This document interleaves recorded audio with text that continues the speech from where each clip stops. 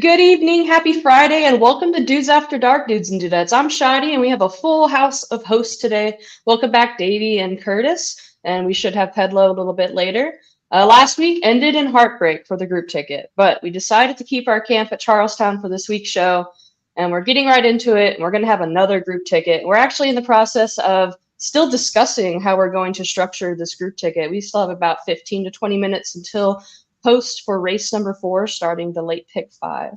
And if you are on TwinSpires and you have an account, feel free to jump in on this group ticket. It's probably going to stay under $10 a share. Apart from this ticket, we're also going to be discussing race by race plays. If you don't have TwinSpires, make sure if you want to open a TwinSpires account, use code DUDES, that's DUDES, and you'll receive a 100% deposit match on your first deposit up to $200, which is awesome. How you guys doing tonight? Hey, doing all right. Can't complain. Ready to. I was gonna let Davey start us there, but no, go ahead, man. Sorry, I was waiting on you. Yeah, sorry. Yeah, there we go. All right, still getting the chemistry down here. Starting off, no, I'm ready for a good weekend of racing. I'm going to be down at Gulfstream Park on Sunday, actually. So looking forward to that. It'll be my second time at the track. So anybody here in the comments section or anybody watching is at Gulfstream, you'll probably see me walking around with a beer and a Hawaiian shirt. So feel free to come up and say hey. Awesome. Heck yeah, dude. Gulfstream is beautiful. I've never Definitely step in, say hi to him. I'm doing good, too. The summer is just great. It's 100 degrees here in Oklahoma, so but I am ready to get my horse racing on and to get this pick 5 and to win. Yes. So at the moment, we're still kind of discussing. So we want to keep this ticket under $400, really bad. Last week's ticket was about $260, so we were definitely kind of up there compared to last week's ticket. This at the moment is kind of where we're sitting. I see Rob is kind of, I agree with Rob. I think the 8 Gone with the Wind is the obvious choice, but this is Charlestown, so we cannot always go with the obvious choice. Oh, yeah, Ron, face reveal. So I'm interested. We were talking about the second leg of this pick 5. We're debating on, let me scroll down to the race we're talking about. So we were wanting to add Riverly and then take away the 6, Never Pop the Cork, from our ticket. Is that something we still, because the concern is that we have a bunch of favorites in this second leg, and we're going pretty deep on. What's kind of your thoughts on where we should spread? What race do you feel the least confident in the sequence? Davey, I'll start with you. Yeah, so I went to probably race 7. I think it's the most competitive. It's an allowance race, so they're not complete trash. And there's just so many horses from Penguin Parade, Vagabond Virgin, all the way going out to the outside. Is how I looked at it. And I couldn't really separate it. I thought that the pace played kind of for other horses other than the favorites, but at the same time, they are the class of the field. And that's just a race that I think when it pops up, the odds are going to be a little bit more even out than having a 9-5 favorite. And that's where I can maybe get some money on. Okay. Curtis, who'd you have on top here? So in the who did I have on top in the 7th race? Yes. So 7th race, looking at it, got some horses that are cutting back here to 6.5 furlongs. Looks like, we got a couple of the logical players in here, mile to 16th horse, which is kind of why I threw the 6 off. Thought he probably needs a little longer distance. Would be fine cutting him off the ticket. I was really interested in looking at it here. I think, unfortunately, you know me, I don't like playing chalk. I think the 4 Vagabond Virgin, very interesting name, is going to be tough to beat here. He's got, one of the top jocks there. Can't pronounce his last name. Is it Boca Chica? 30% jockey right now. So 30% jockey on what looks to be the best horse would possibly be a single for me, but I don't think there's such thing as a single on a Friday on a Friday night at Charlestown. So that would be my top pick here. In that race, again, nothing super creative. I thought, from the standpoint of which race was the most open, I thought the maiden special weight, the one that broke our hearts last week, the same kind of race that broke our hearts last week, I thought was kind of the place we could throw in that and maybe try and catch a price there. We were talking about it right before we came on, but favorite in race, which is at race 5. Yeah, race 5 is the maiden special weight. The horse that looks to be the favorite, the 6 Shoot the Breeze, has lost now 5 races in a row is odds on favorite. So if you're looking for a favorite to throw out, something I like to do, I would be chucking that horse probably. So you're talking about tossing the 6 in race 5. No, I'm sorry. In race 6, sorry. Race 6. Yeah. Okay. Or race 5, sorry, race 5. No, yeah, it's race 5. Yeah. Well, that's a very aggressive Curtis move. So that is true. That is an aggressive Curtis move. Well, so if we toss the 6 and we add the 5, the bet share, the total will be 360, and then the bet share will be 720 a share. Now, since we kind of went cheaper than what's being shown on screen here, is there a horse in race 8 that we do not have? So right now we have the 2, 5, 8, and 10. Is there a horse in that last race that, if we're alive, we want to be alive to going into that last race? My eyes immediately kind of go to JJ's Joy, the 9. Man, the rest are bombs. I think so. JJ's Joy, never in the money in 5 starts, but again, like I said, this track you never really know. We got knocked out by a horse that was 0 for 7 being in the money last week. Really, this is kind of the race where I would almost want to take a shot with somebody that's kind of a speed and fade, because we're coming in maiden claiming against 5,000 maiden claiming, one of the lowest levels. What do you think? What do you think about the one Gator 25? Was speed and fade on debut at Tampa? Hasn't raced since January. Comes in here, huge price. At least you get a dream for about 30 minutes at Charlestown sometimes. So you get a long shot if we make it to the last leg. Looking at the time form, it's having the 9 kind of be the lead, JJ's Joy. And man, it has it sticking around too, which, as I've told you before, that pace is how I handicap the most. Yeah. And JJ's, that might be a shoddy special right here, the 9, because JJ's Joy was running at Oaklawn too. So the shoddy special. I changed my mind. I clicked the 9 to add it to the ticket, and the ticket went up to $450. So never mind. We can look at hedging there if we get there. If we get to that point, yes. Which, you know what, we will get to that point. The long shot I like in this last race is mouse to mouse, though, at 20 to 1. And we have on the ticket. I like the 8 mouse to mouse. The jockey hops back aboard after last time not really having the race that he had the first time, getting third with this jockey. I think he gets back aboard. Maybe we can do something here at 20-1, take that step back forward, and beat what is not the most quality of the field. 2, 4, 5, 6. So I'm rebuilding this ticket here. So we're going 3, 5, 8 over 2, 4, 5 over 1, 4, 5, 6 over 3, 4, 5, 6, 7. Are we going to keep never pop the cork? I'm fine tossing them if you guys want to keep the price down. I think Okay. you could probably take them off.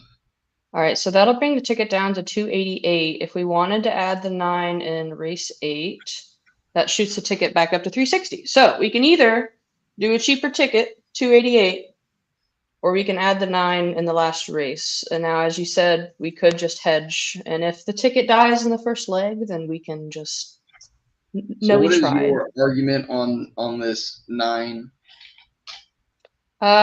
It's probably going to be up front, and sometimes at Charlestown, if you get to the front, they're not catching you. We kind of saw that with this last race last week. The 5 got to the lead, and no one could pass them. That's my thought on it. Now, if we wanted to leave off, and if we get to this point and this horse is scaring us, you can put a big win bet on him. Now, No, I would just wonder, and I think that's logical. Makes it. I think you're right. I mean, anything can happen at Charlestown. It's always a mess there. That's why you can. I personally don't mind adding this horse, especially since we already have someone who wants to buy into the current ticket that we had, and likes the 9. So Johnny here, yeah. So Ron likes the 9, Johnny likes the 9 in the last race. So I think I'm going to go ahead and add. So the ticket is going to be, you guys discuss maybe this 4th race, race 4, while I get these tickets together here. Alrighty. Post for the people. Yeah, so when I was looking at this race, I only went 2 wide originally. I had the 8 Gone with the Wind and the 5 Stolen Laughter. I think Gone with the Wind is the class of the field, kind of has the resume. Gets a little bit of help on the pounds, 118, but that's why I really like the 5, is because it's 111. Really gets that break, and I think that could play into the pace of the field. I worry a little bit about Breaking Bullet taking money. I'm hoping that the 122 pounds on this kind of a class of a horse could affect it enough for one of these other 2 to catch him or just beat him. You think Stolen Laughter will be on the lead? I'm hoping so. Let me look at it again and double check. You both have Twin Spires, right? Yes. To hop in on this if you wish. Okay. Yes. That's going to be $7.20 a share. There's going to be 50 shares. We're going to be reserving 20 out the gate for some folks, including me, because I want to buy in. So I'm going to go ahead and submit this bet. Again, it's $360. Boop. We are submitted, and I will post the link in the live chat here. Just make sure you guys hop in on that if you so wish. Maybe. There it goes. We're going to go ahead and pin this comment. All right. So yeah, in the chat, there's going to be a link for the bet share. And once again, if you don't have Twin Spires and you're in an eligible state that can have Twin Spires, if you use code DUDES, DUDES, signing up, you will receive a 100% deposit match up to $200 for your first deposit over $20. I think it's 20 or 25 off the top of my head. We do a lot of group ticket discussions in the Racing Dudes Discord. So that is another awesome link that you can follow. The Dudes Discord isn't always just about horse racing, but if you want to discuss any races, may it be Delta Downs, Charlestown, or Churchill, we are always discussing and sharing memes and just talking horse racing and sports in general. Someone bought them all already? Yeah, that's what I was going to say. They're all taken. What the hell? Oh man, did you guys even get in? Not. I didn't. Oh my God. I Okay. just pulled it up and you literally read it for me as I was reading it. Uh, Well, I did play my ticket, which has most of those horses on it, slightly thinner, but I'm hoping that yeah. we can hit it all together. All right. Yeah. Yeah. I'm also playing a small, tiny ticket like I did last week as well, hoping to strike twice, which would be amazing. So talking race 4, like I kind of mentioned, um, I really think this is the race for the 8 to lose here. Let I me agree. scroll back up. Race But that's 4. awesome. We had someone buy in, so all the shares are taken. Good luck. Yay. Let's do Yes, this good thing. luck. Hopefully, if you're in the chat, you'll be cheering along with us into race 8. The horse that I definitely am going to be putting a win bet on just to hedge our starting pick 5. The 4, Linda's Tage. I said Taj in my head. Yeah, that's what I'm looking at too. Has some pretty good late pace numbers, which always in my brain, I'm like, all right, the 8 is going to be the better closer here, but what if? Right. So what are your thoughts on the 4? Next off the ticket for me was my third pick. I think pretty consistent, competes at that level. I don't know if the pace really plays up for this horse today. And again, like all these different weight breaks that you see, like Mrs. Speaker gets that weight break, Stolen Laughter, Icy Stare. Now I know Icy Stare is 30-1, so maybe not one to worry about. But I think it's definitely got a possibility. What do you think, Curtis? Yeah, I mean, anything's possible here, I think, right? So looking at the 4, and like we were talking about speed and fade, it's going to be up front. So that gives as good a chance as any here. Yeah, we'll see what happens. The 5, you want to talk about weight breaks, though. The 5 gets the 118 just for being a 3-year-old, and then has the 7-pound apprentice. So carrying 111 has an 11-pound weight break here, almost like a foreign handicap or something that you see like on some of those Ascot races. So yeah, it'll be interesting to see, especially if the 4 or if the 5 goes to the lead. Having that weight allowance may kind of make the difference there when it comes to crunch time. So. Yeah, I thought this race was going to be pretty chalky. Hopefully get the ticket off to a good start here and get through it, and we'll see. Yeah, I had a hard time getting past the 5 and the 8 here.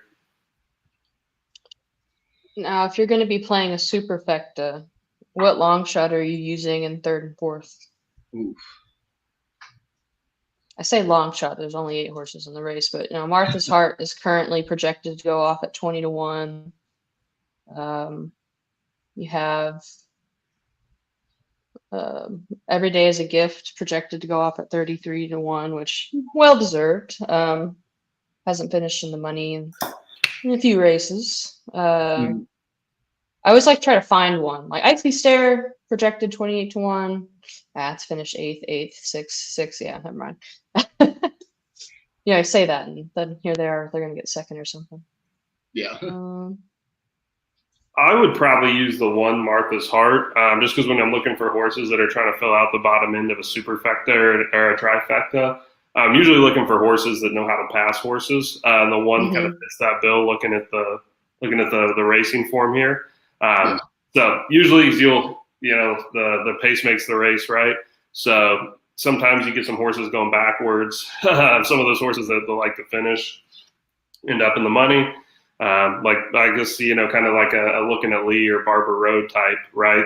You could count to show up and run.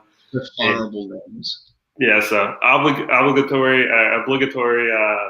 Barber Road mention there for Shoddy in the show. I have some news. I messed up on the bet share and I just canceled it and I'm going to resubmit it. Hurry, hurry, hurry. Can someone read that off to me real quick? Hello? We cannot see it. Oh yeah, you're right. Let me switch over to the race 4, pick 5. Okay, Well, the so good it's news 3, is 3, 5, 8. 358, Okay, keep you reading off for me. 245, Okay, 1456, okay, 7. 3457, All right. 258910. Okay, total for 360. I accidentally bought all the shares. Good news is you got Shiny, you didn't know. Well, because like it takes all the money from your account and it only Yeah. refunds you until people buy it. And so I was like, man, why am I not getting refunded? I can't make any bets. And it's like, oh. All right, so there now. Now I've done the correct thing. Let me know when you share it. No. Wait, what? What's happening? Oh no. Well, it says there's not enough time for people to join. So I did submit that. Oh man, I guess we can play pick 4 Okay. Yeah, so we're going pick 4 then. if I can cancel still, please. Oh.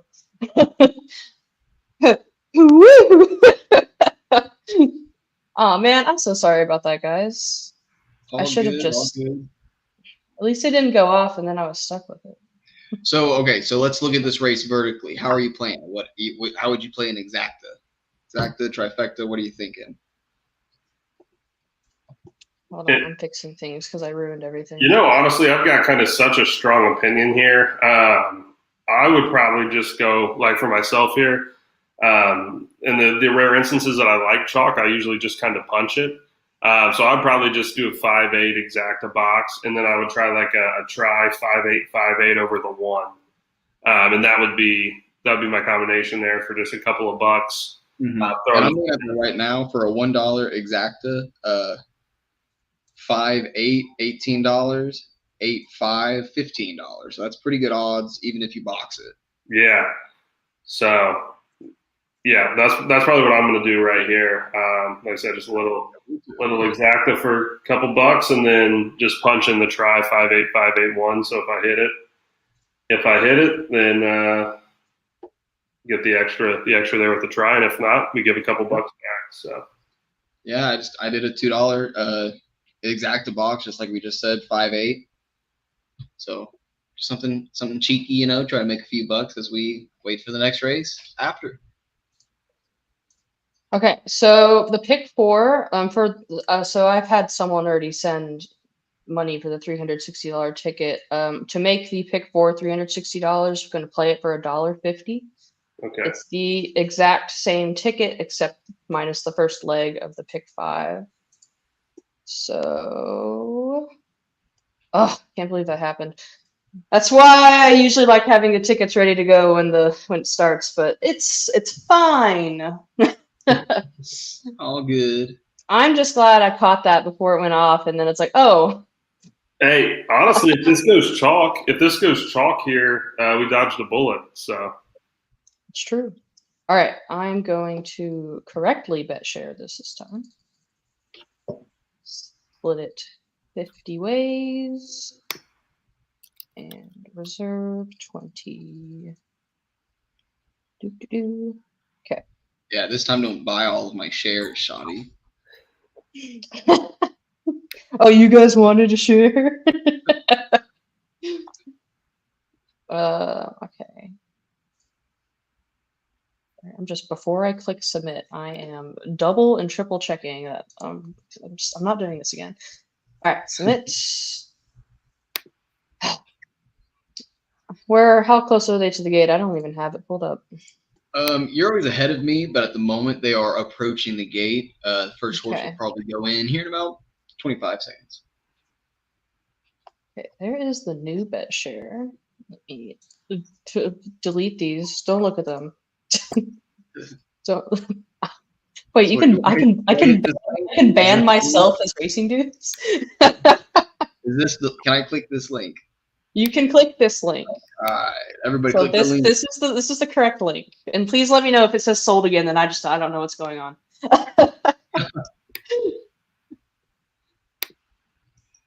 All right. Let's get this race pulled up here. And again, so I have a superfecta going on here as well as a try. And I will cry if, actually, if the 4 comes in here, we will have dodged a bullet. It'll be kind of crappy to watch a price come in, and it would have been a pretty big pick 5. But at the same time, we'll see. All right, so they are all still behind the starting gate.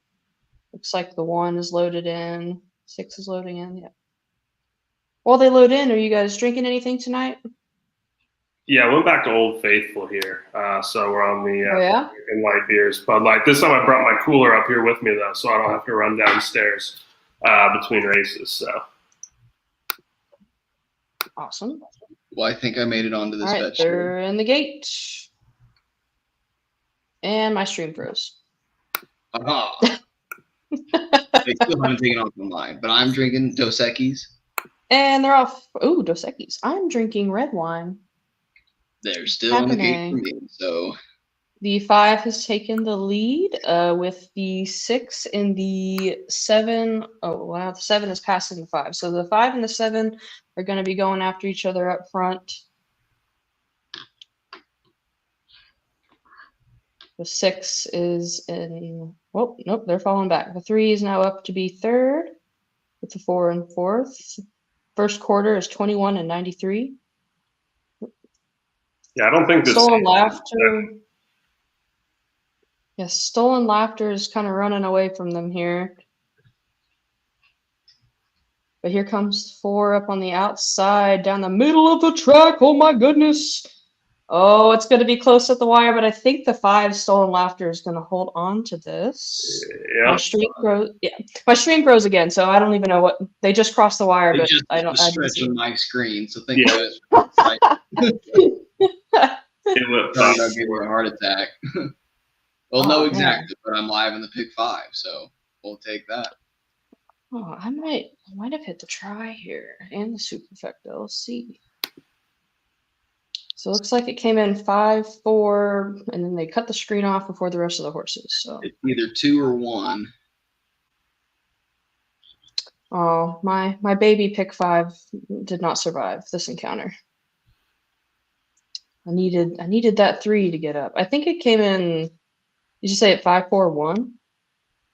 Either 5-4-1-3 2-1 or 1-2. It looked like the 2. 5-4-3 is what they're. 5-4-3-1. I got one good eye. Nope, 5-4-3-2. Yeah, 5-4-3-2. This popped up on the screen Wait. now. Both my eyes are fine. See? Who's right? 5-4-3-2. All right. 5-4-3-2. I don't even know.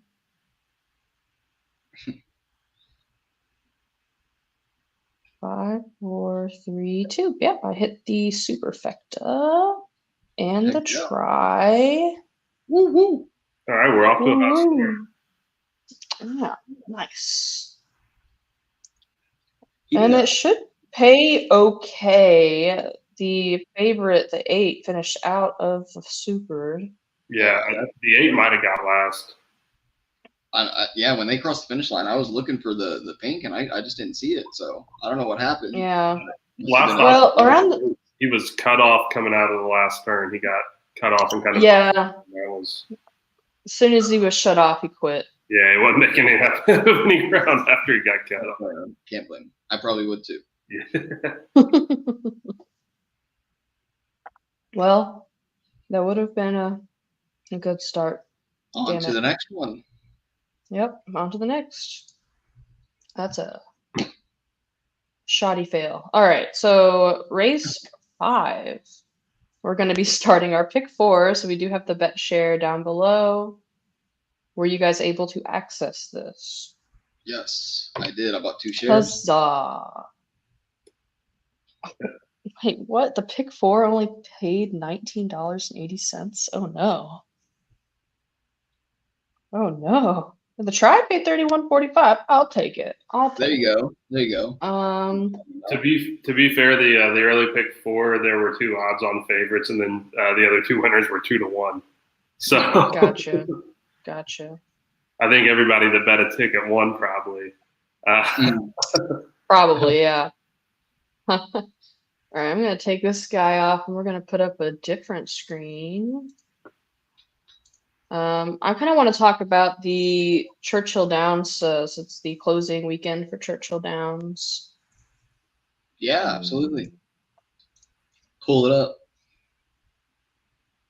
All right. So scroll. Wait, which race does that start? Is it the Fleur de Lis? Yeah. So that's the pick 5. It's kind of sad that you miss out on the Wise Dan in the sequence. I guess you could play the pick 6. Yikes. But for the pick 5, starting race 8, my knee-jerk reaction is to single Scylla, sibling to Batten Down and Tacitus. Legends. However, a horse that I always bet, because if you didn't know, shoddy it comes from the word shotgun. Shoddy hotty, you gotta go shoddy hotty. And Paco Lopez is on. I mean, you never know what with him. And Shri DeBow. Yeah. Did you, Curtis? I know you're allergic to chalk. Did you avoid Scylla here? So this is a tough one for me. I probably will try and play against. I don't know. I think it's probably going to be one of those where I figure out, and I feel pretty dumb by the time they're coming off the last turn there and headed for home. Wouldn't be the first time, probably won't be the last. Horse I kind of been a fan of. She's ran well at Churchill. Buyer speed figures haven't really been there. If you're a buyer's player, I think she could take a step forward. I cashed on her in the Black Eyes Susan pretty good last year, so I'm probably biased in that way. But I'd be interested in playing Taxed here as a longer shot, depending on what the odds are coming into it. Though, that's kind of who caught my eye. If you're trying to go for a long shot, but of course I say all that, and then like Corey Landry on Free Like a Girl will pull a Corey Landry and ruin all my tickets with a ride up the rail there at the end. So. I can't trust that man. Yeah. No. Colin, hello. A long time no speak. And then David is going to be sounding like he's going against Scylla's here with, I can never pronounce this horse's name. Xira? I think it's Ziggurat. Yeah, maybe. The problem is that horse should have won her last 2, right? Like, if you have one bad race, I'm willing to forgive it, especially that first one back, even though it cost me a bunch of money on Oaks Day. I'm like, all right, the track was a little sloppy. Let's bet her back. She just had nothing last time out. Celia won pretty easily. Well, then what about Tax? I still think Tax won. Haven't seen that clip in a while. Every time I see Tax, I'm like, that plays in my brain. Cool. That was a classic. Wow. You found that Hi, one. Jera. Hi, Jera. I like that better. G-Jera. G-Jera. Hi, Jera. I don't know why I'm, yeah. Oopsies. Okay, everyone, Kazera. I don't know. The X-Force. X-Force can give it to you. All right. For me personally, I'm going to probably go too deep here with the 2 Shotgun Hottie and the 4 Scylla. It's probably the shortest leg I'd be going. If I had to single, I would probably go with Scylla, though. Just seems to be the most improving type for me personally, looking at that. Any other notes on this race? Moving on to race 9. I'm in the same boat as you. I think the 2 and the 4 is who I like. I'll probably play an exacta depending on the odds. Okay. All right. Scroll. The American Derby, a mile and 16s on the turf for 3-year-olds. Some familiar faces in here, but they were on the dirt or the synthetic last we saw them. First World War, I think, is more than likely to go off as favorite, in my opinion. Vittoria board. That's the horse that I'm putting on top. Laganos is another horse that we kind of looked at on the Triple Crown Trail briefly in the beginning of the year. Looks like they have turned to the turf. And then return of Agate Road. It's not a gate, it's Agate. Where are you guys going on top for this race? On top, I think you're right. First World War, I think could end up being the favorite. It looks like this could be the right distance. The competition isn't really there. I feel like this could be a solid win. I don't know if we're going to get 4-1. I definitely hope so. I wish, but I don't think so. Agate Road, I think this could have been a good spot for him, but I don't think that this was the right time. So I'm going to play against him. First World War on top for me. Laganos, however you want to pronounce it. I think this is also a great spot for this horse, potentially to take that step forward and be competitive. So 4-1 and a 9-2. I might box those up also in my exacta, but those are the two horses that I'm leaning towards. I'm interested in the one Green Light on the rail, but I'm not 100% sure yet for my ticket. Yeah, I think Laganos is kind of the key to this race. I like betting the horse earlier in the year when we were getting 30-1 on him pretty consistently. I don't know that I'm going to like him at 6 or 7-1. But all of a sudden, if you go through and you just kind of look at it from a pace standpoint, I really think Green Light, the one, could end up being lone speed. Doesn't really look like anybody else wants to be forward. So if Laganos pressures him a little bit, that could set it up for somebody else.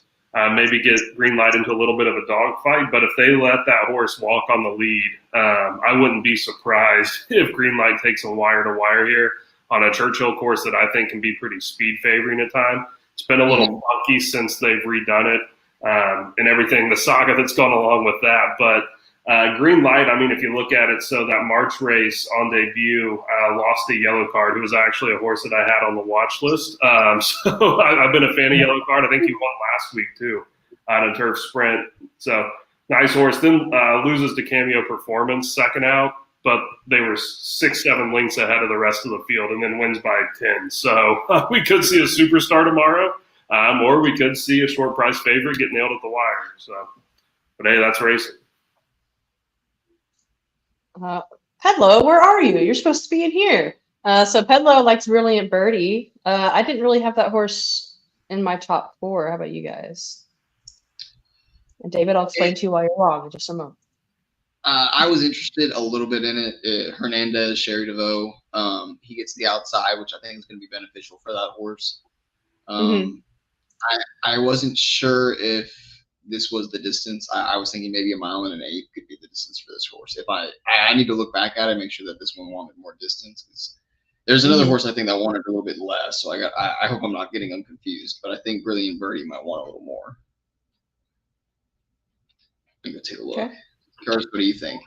Yeah, I think so. I kind of like both of Sherry DeVoe's entries here. I like the 6 Depiction a little bit too. He's kind of a horse that is always running late and never really gets there. Has Joel Rosario riding tomorrow, so Joel's that kind of guy that'll give you a ride there that's going to beat you by a nose. Coming from the clouds on turf and just make you rip up some tickets and get a little mad. I wouldn't be surprised if either of those took it. One interesting thing about Brilliant Birdie and Depiction as well is, so this is a stakes race for 3-year-olds. I know we're at the end of June, so it's not as big of a factor, but something I looked for earlier in the year. Both of these horses have already raced against and beat older. So an interesting angle there, given one was in a maiden special weight, the other was at an allowance. But I think both horses will have a chance tomorrow. Okay, I agree. According to Charlestown, they're 10 minutes to post, but I don't trust that. They don't even have saddles on yet. I think we'll do one more race in the sequence, and then we'll maybe go into race 5 here at Charlestown. And once again, guys, we did post a group ticket, a bet share for the pick 4. Apologies, missed out on the pick 5. It is a $1.50 pick 4 with the below horses, $7.20 a share. If you'd like to join in, you scroll up to the live chat. There's going to be a link to the TwinSpires account, or a TwinSpires link, bet share link. Feel free to hop in on that. All right, next race. I will say, I just checked, and Brilliant Birdie won last time out going a mile. So I think he could probably stay at a mile. The mile on 16th worries me being all the way to the outside. But otherwise, not a bad horse. Okay, Pedlo is here, but he is currently making a drink, so we will wait to bring him in. Yay. Yay. All right, so the Kelly's Landing Stakes is race 10, 6.5. That's a weird way to write that. 6.5 furlongs for 3-year-olds and upwards. We have some old friends here in this race. We have Hoist the Gold. Do you guys think this horse is going to go wire to wire? No, I think it's going to try. Yeah. Gonna try. I think he's I going think he's going to try, but I worry he's going to take off and go just a little bit too fast, and Okay. about that 5.5 furlong mark is going to get caught. I agree. I think Angkor is going to also dispute that pace. I don't think it'll be an easy lead. Mm-hmm. All right, Pedlo, if you're ready, I'm going to add you in. Boom. Ready or not, here you are. You're Yo, muted. Oh, there you are. am I muted now? Nope, you're good. You're good. Rock and roll. What's up? What's up? What'd you get to drink? Okay, so I got a Jack and Coke because that's what you always go with. But I have not opened this in a while, so I'm gonna crush a little tequila here in a minute too. Woo.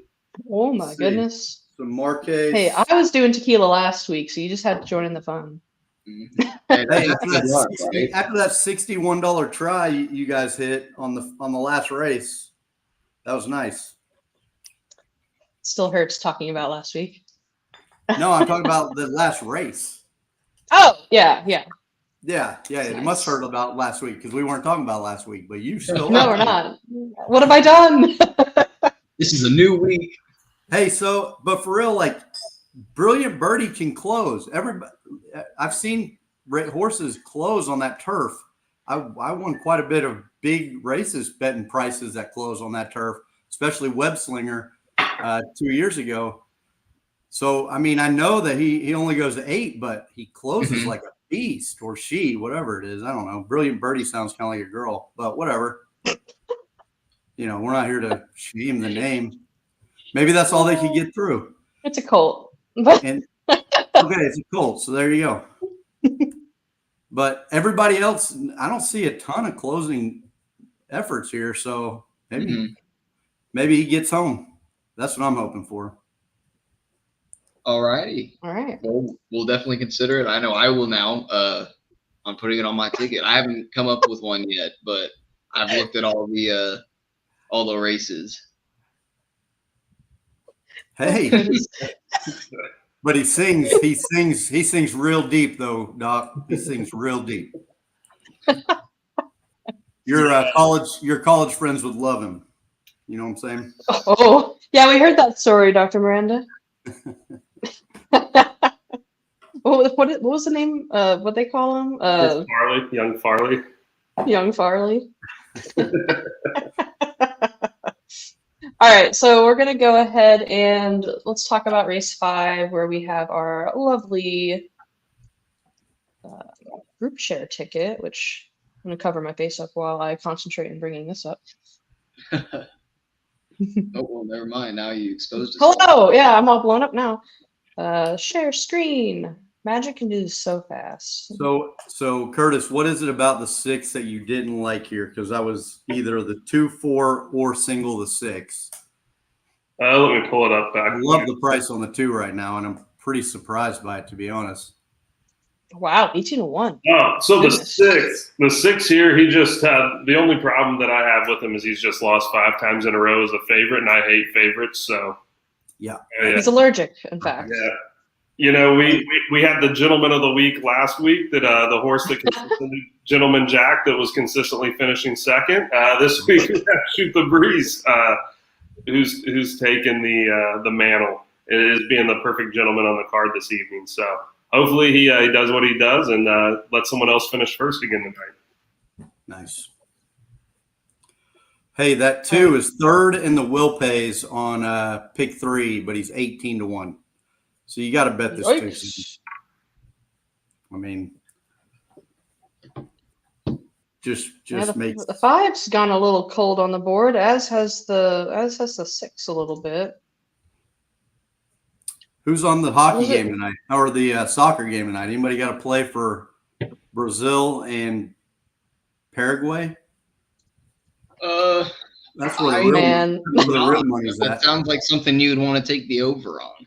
No, it's the under. You want the under. Brazil, exactly. That's what make you think. Brazil likes to get real cagey, man. They're a fun team because they're fast, but they're like Argentina. They just win like professionally. So there you go. My 2 cents. One of you was on the 8 here in this race. Originally in your pick 5. I was on the 9. I like the 8 a little bit. Okay.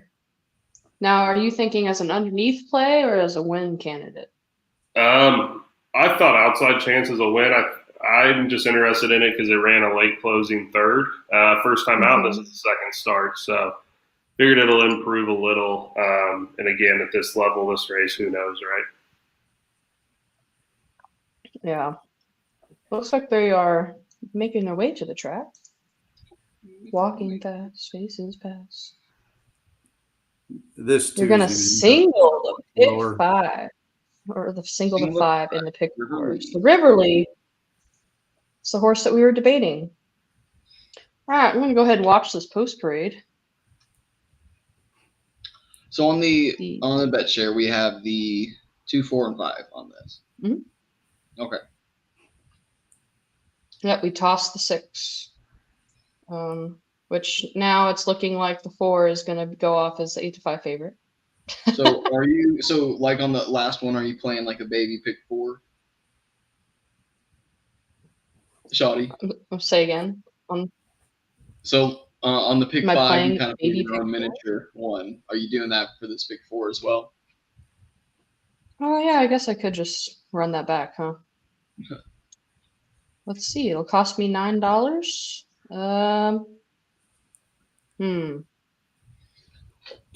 You know what? The 2 wins here. I'm just going to leave the 2 off because that'll be good for the group ticket. And for me, I'll just play the favorite.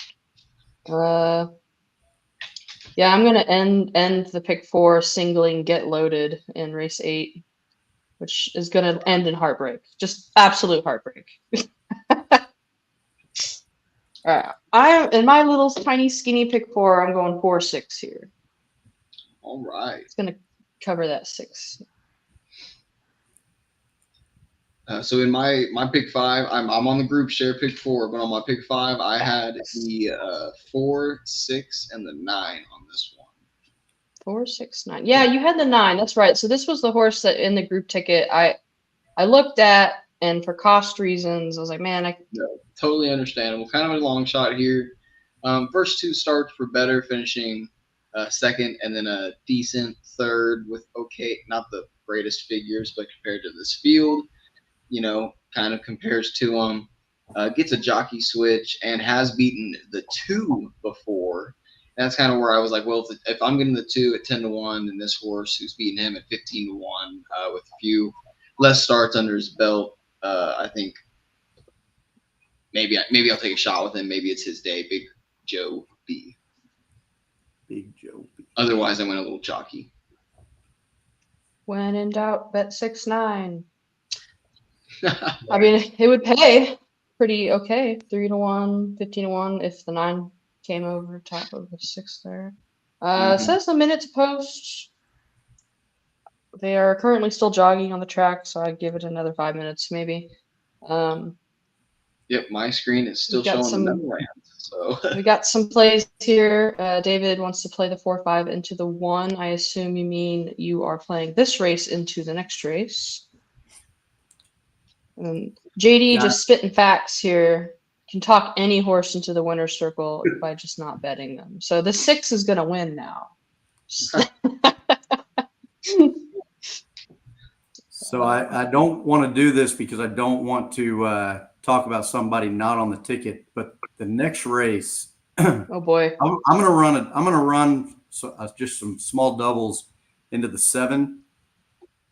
I liked the 7 when I first looked at this. Now I was waiting on my kids in daycare, so I didn't spend a ton of time here.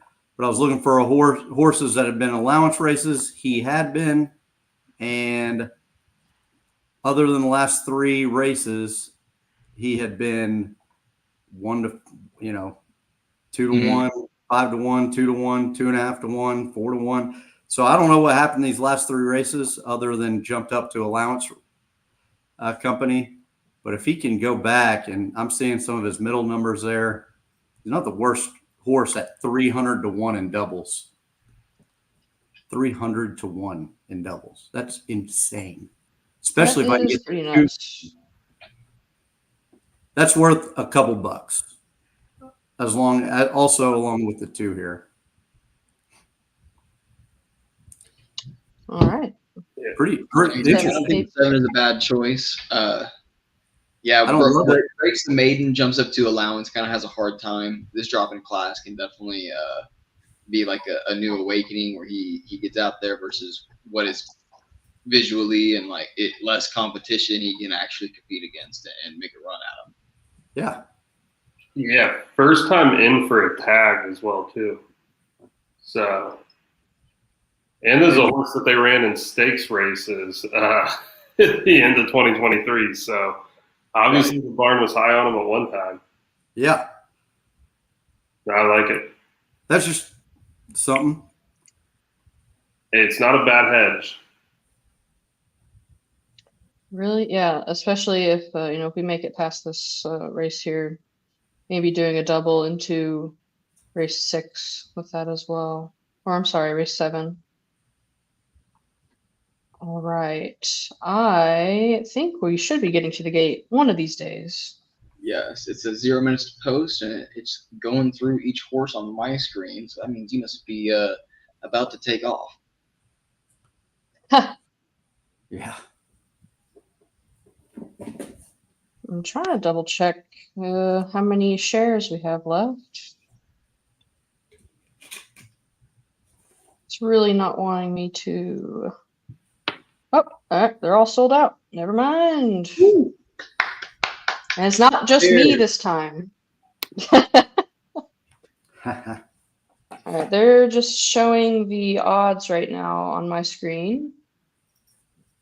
So once again, guys, we do have a group share or bet share pick 4, which is shown on screen here. So we're rooting home the 2, 4, 5. The 2 would be amazing. Currently at 14 to 1. The 4, Park Avenue Prince, who we were begging to come home last week, is currently 8 to 5, and then the 5, Riverly, is 9 to 2. You telling me that horse is back running today again? Mm-hmm, yep. So, I was going to tell you that, Pedlo, the 4 is the horse that betrayed us last week. Oh no. No, we wanted the 4 to win. Like we were begging them to catch the 5 last week. Yeah, I remember. And they didn't. Yeah, that's crazy. That horse should be. That was their first start, which is wild. JV, does your shirt say "Game of Mahomes"? Yes, it does. All right. My boy, my team, they're looking crispy this year. I'm very excited. I already think it's Chiefs and Texans AFC Championship game. So put your money down now. Chiefs win in that game 48-42. So. All right. Let's go. They are finally approaching the gate. Yes, they are. How is your stream so far ahead of mine? Sure. You have to get. I have no idea. You have to go to the Twin Spires website and watch it from there, and you'll be up to date. Oh man, I'm on the other Express one. TV. And I'm on apparently Team they're Magic. cheap. Oh, that's all I'll say. Way to go.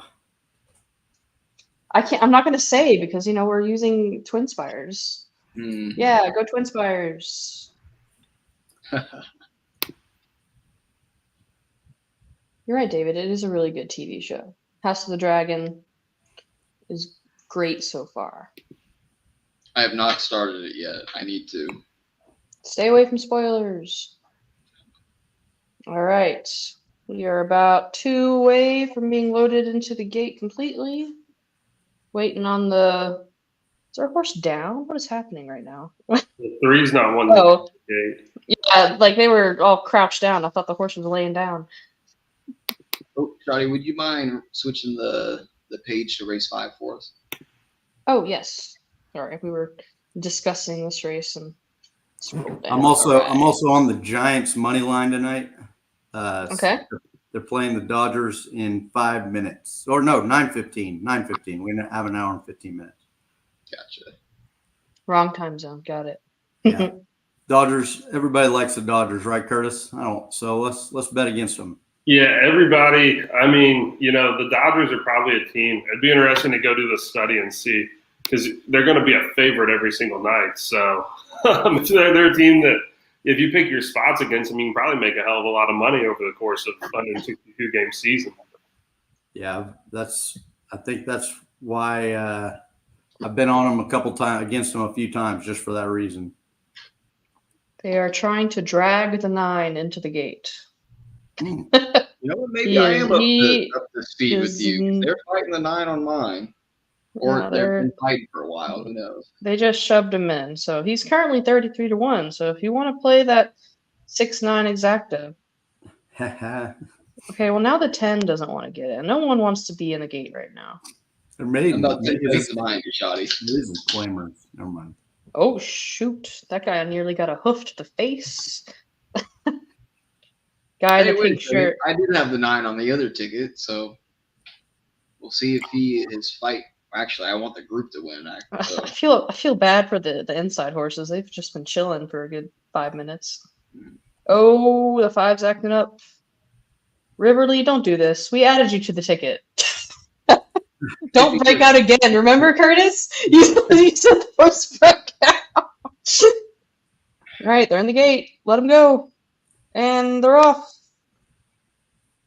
Pretty poor beginning for the 8 and the 6. Looks like the 4 and the 10 are going to go out for the lead.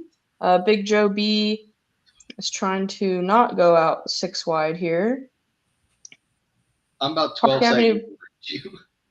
Park Avenue Prince and Bid on Blue are going to be out front first with, God, these lights. Sometimes I can't tell the saddle cloths. The 2's in 3rd right now. Yeah, the 2, Uncle Chris, is running pretty well there in 3rd. Come on. Shoot the Breeze shot down to 6-5 as the gates broke open. 7-5. Well, whichever one's right. Where's the 2 at? The quarter was in 23 and 82. Yeah, the 2 is in 2nd right now. The 4 has the lead over the Bid on Blue number 10. They're pretty stretched out though from leader to last. Can't really tell who's on last at the moment. 2 is starting to make their move around the far turn. The 4 Park Avenue Prince looks like he's probably going to hold on here unless this 2 can giddy up a little bit more.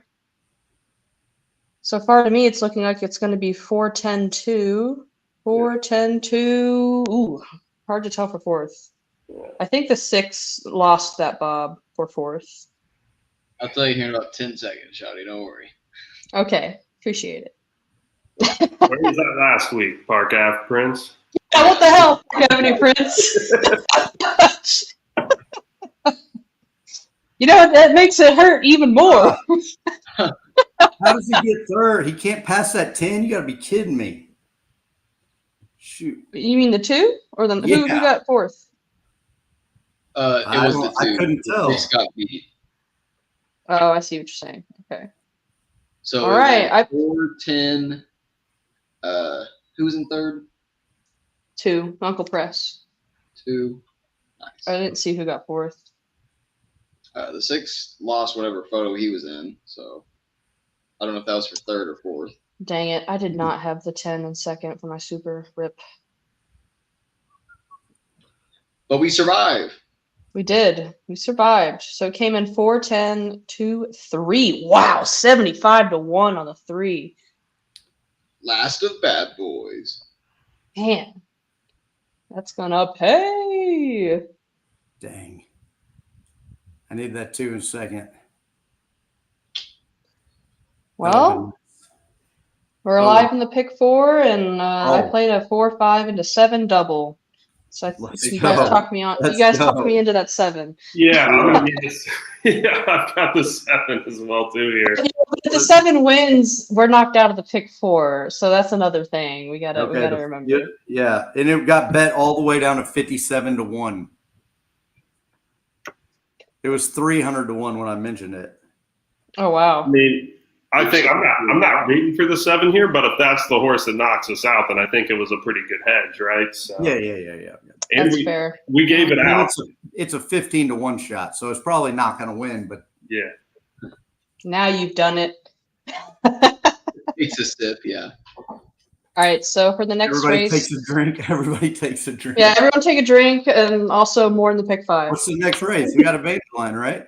Come on! Ah, dang it, it's going right now. The next race, we need the 1, 4, 5, and 6. Angel line 4. So scrolling down. So we need Grumpy's Buddy, Moonfall, Red Hot Toddy, or Candy for Juba. Yes, I am in agreement with this. I played the 4-5 on my ticket. Mm-hmm. The 1 taking all that money is a little surprising to me. It's the jockey, I bet.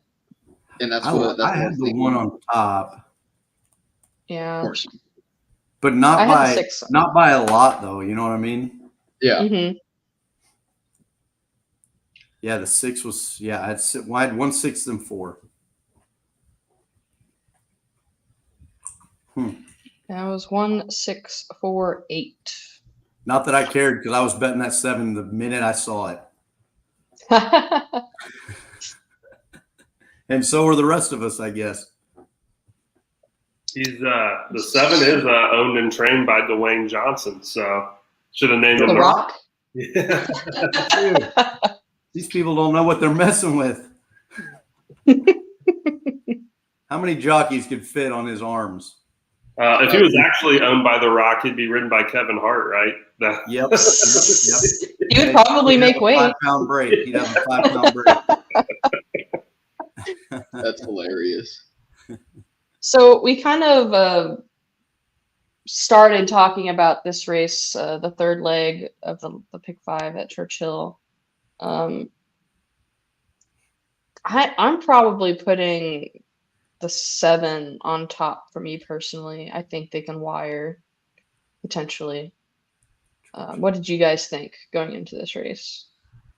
Is this the King's Landing? Or Yes. the Kelly's Landing? Yeah. Got Game of Thrones on the mind. Yeah, so if I bet Tejano Twist, he's going to get like 3rd. But if I don't bet Tejano Twist, he's going to win. He's going to win. So, yeah. Make sure you let me know what you do. I can't believe that horse is he's raced 33 times already. I was at Keeneland the day he debuted and then put him on the watch list and had to wait like 3 more times for him to break the maiden before I made any money on him. So wasn't he a Dale Roman's horse? He might have been at one time. I think that's who he started with.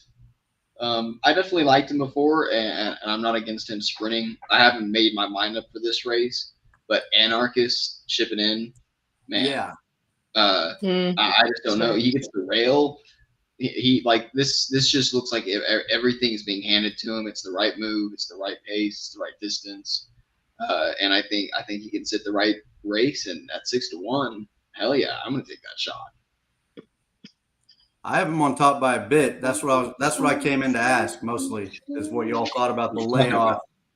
the layoff being a year.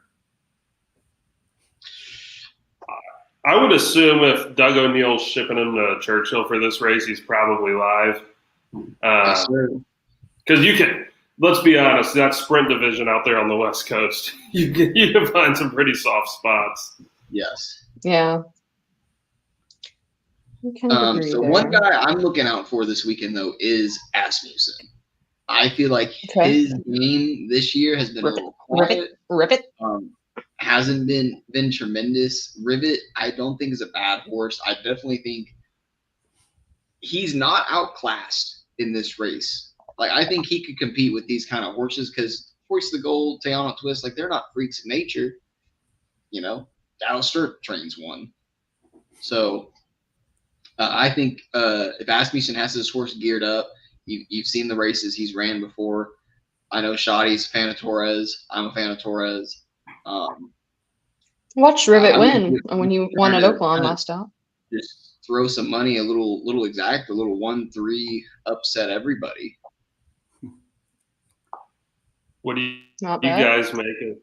What do you guys make of Close the Game Sugar, who beat Skelly last out? I have him Oh. second. Oh, Skelly losing really hurt that day. I definitely think the the horse hard is hurt. capable, solid horse, 7-2, maybe. Because I don't think I'll play Hoist the Gold. So if I have to take a little bit of chalk, it'd probably be Close the Game Sugar.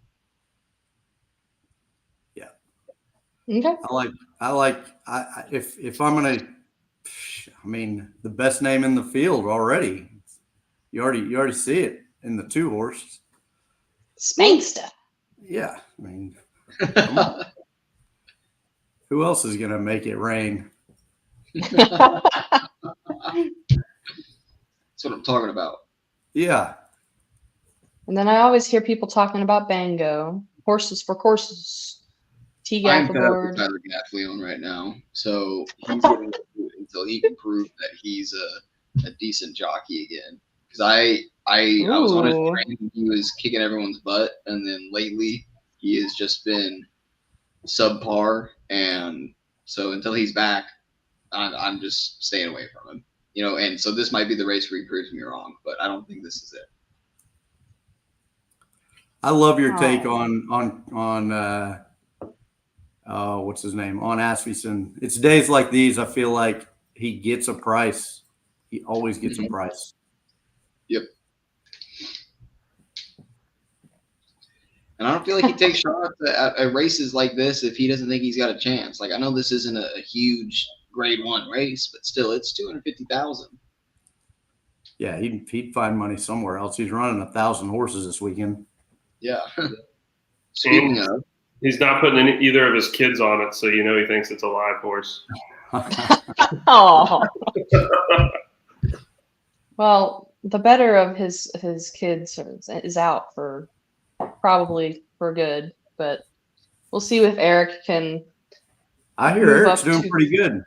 I hear he's doing Yeah, pretty Eric's- good down in Louisiana. Eric's starting to get some good mounts. Yeah, I just feel so bad for Keith because he was starting to get good mounts, and now I thought he was figuring it out. Yeah, but he's so tall, and that injury. Yeah, I would be very surprised if he came back to be a jockey. I agree. That's pretty crazy though that he was in the Oaks and the Derby. Yep. Crazy. We were, I think, during prep season on our call, I was Yeah. like, what are the odds that he has a mount in each of these, and then he pulled it off. So Mhm. JD said that Bango's trying to set the record for most wins by a horse at Churchill. Talk about horse for the course, huh? Mhm. yeah, Wow. the That's only why a lot of people put him on the ticket. Yeah.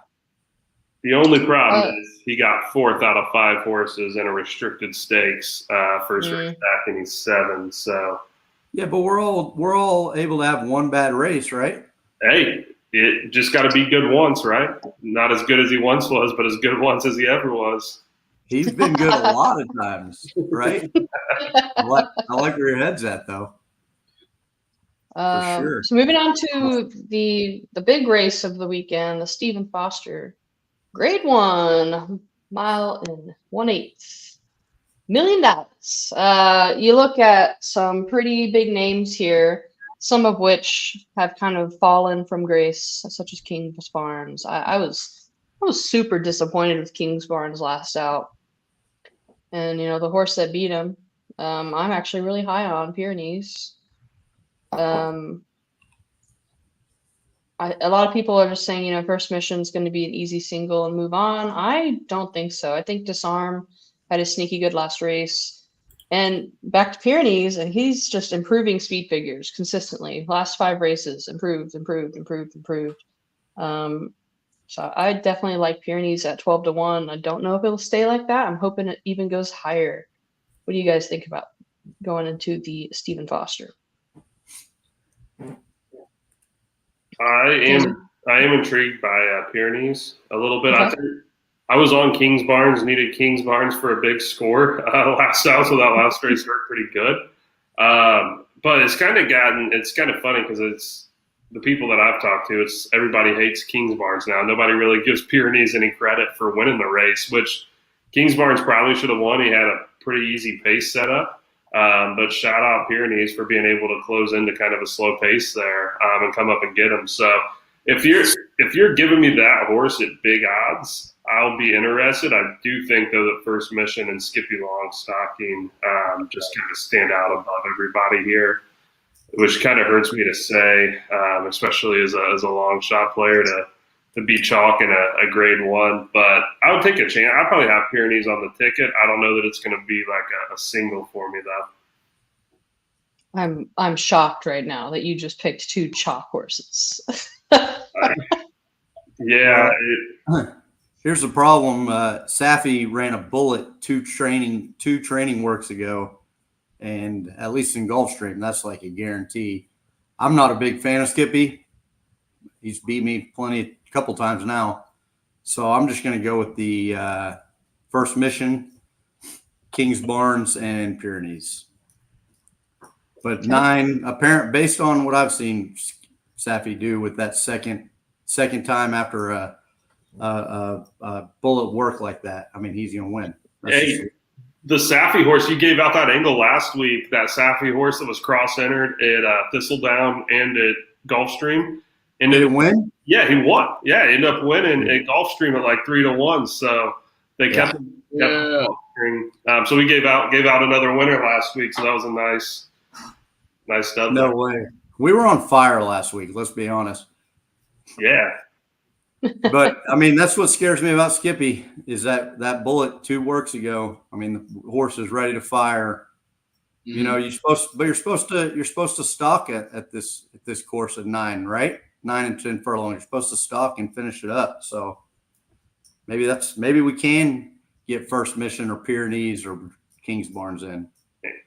Skippy also beat Highland Falls last out, who came back to have a pretty nice race at Churchill a few weeks ago. So I better add him.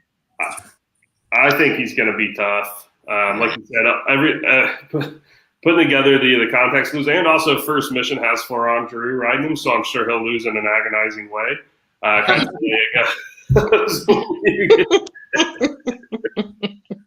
Get a horse like that on the lead. So I took that personally. Wait, what happened to all the love for Asmussen? We're leaving off Disarm. So Disarm is my top opinion. pick. I'm coming in with that. Okay. I got you. Okay. Disarm. Right? Okay. I'm an Thank you. fan. Thank you. Who's Disarm out of? He's Gunrunner. Personally, I think Gunrunner is great at 2, good at 3, and then great at 4 to 5. I just, we had verifying, and I felt like he just plateaued. And I just felt like his Gunrunners at 3 years old, they haven't been super effective in the Triple Crown races. And that it's always when they're a little younger, because they're quicker, they can out sprint the horses. And then once they get older and they actually take that time off to develop. So I think this time, Disarm, he took that time off. He came back last time. It wasn't the most impressive, but he got the job done. This time he's going to be a little bit better in shape. He's going to understand it. I am worried, just like Aaron and Jared and those guys are saying, he might need one more. But for this class of field, his competition is Kings Barnes. I don't think he's a bad horse, but I don't think he's a world beater. Skippy Longstocking has continued to disappoint me when he reaches this grade 1 status. And then First Mission hasn't proved it against anyone too serious yet. So I think this arm has the logical step forward that he can win here.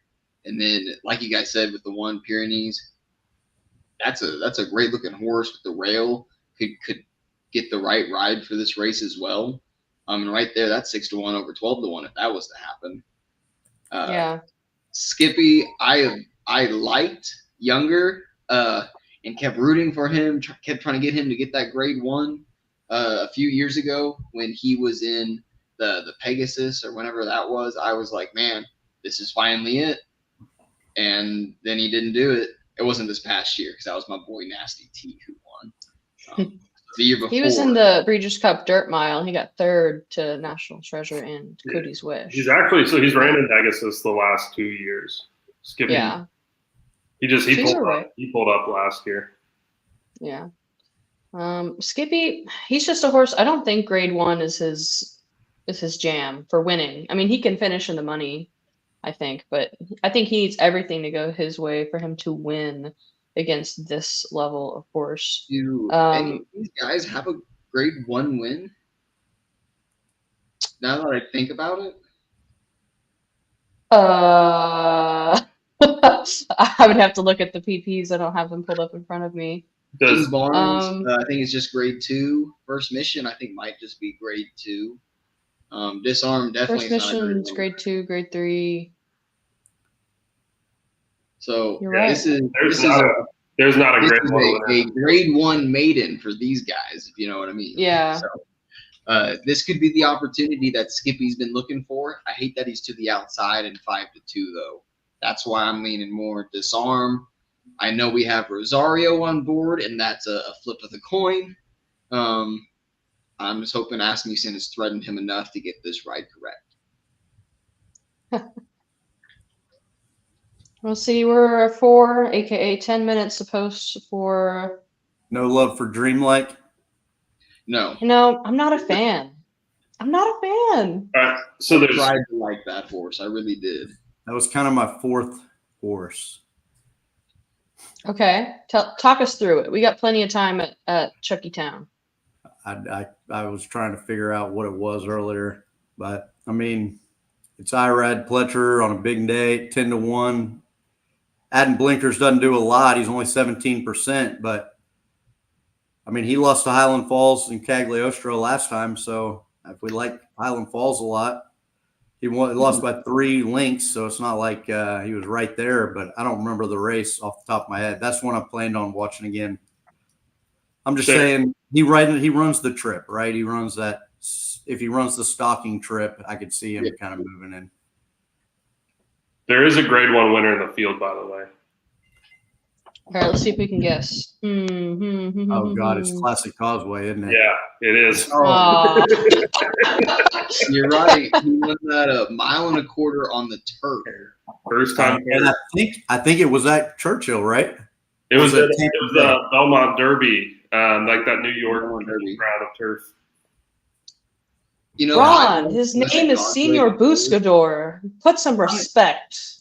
Boy, Senor Buscador, Remington Springboard Mile winner. Yeah. Okay, anyways, I was triggered. I was triggered. Promise you that. That's right. I was screaming that day in Saudi. I was down in Broken Bow, but I was screaming in Saudi. They could hear me. Same. I was screaming at my phone because I put $10 on him just for fun, and I was like, "Come on!" You guys at Oakland for the Rebel? Yeah, when they were doing that. Mm-hmm. Anyway, so there's 9 horses in the Stephen Foster. How many of these horses do you guys think will be in the Breeders' Cup Classic? The Classic, First Mission. After he won, I was about to say maybe one. Because if Disarm gets the win here, that's a real good start to his resume on climbing towards that Classic. I think First Mission goes to the Dirt Mile. But I think if First Mission, if he just if he doesn't look like he can handle the distance and competition, he might cut back to the mile, while this arm might go further. Hold on, I got to make a comment here. So McPeak needs his respect from the racing dudes, especially Jared. I agree. I think we need to put some respect to McPeak's name. Everyone, I can't take McPeak at anything over 5-1. I don't think that's really.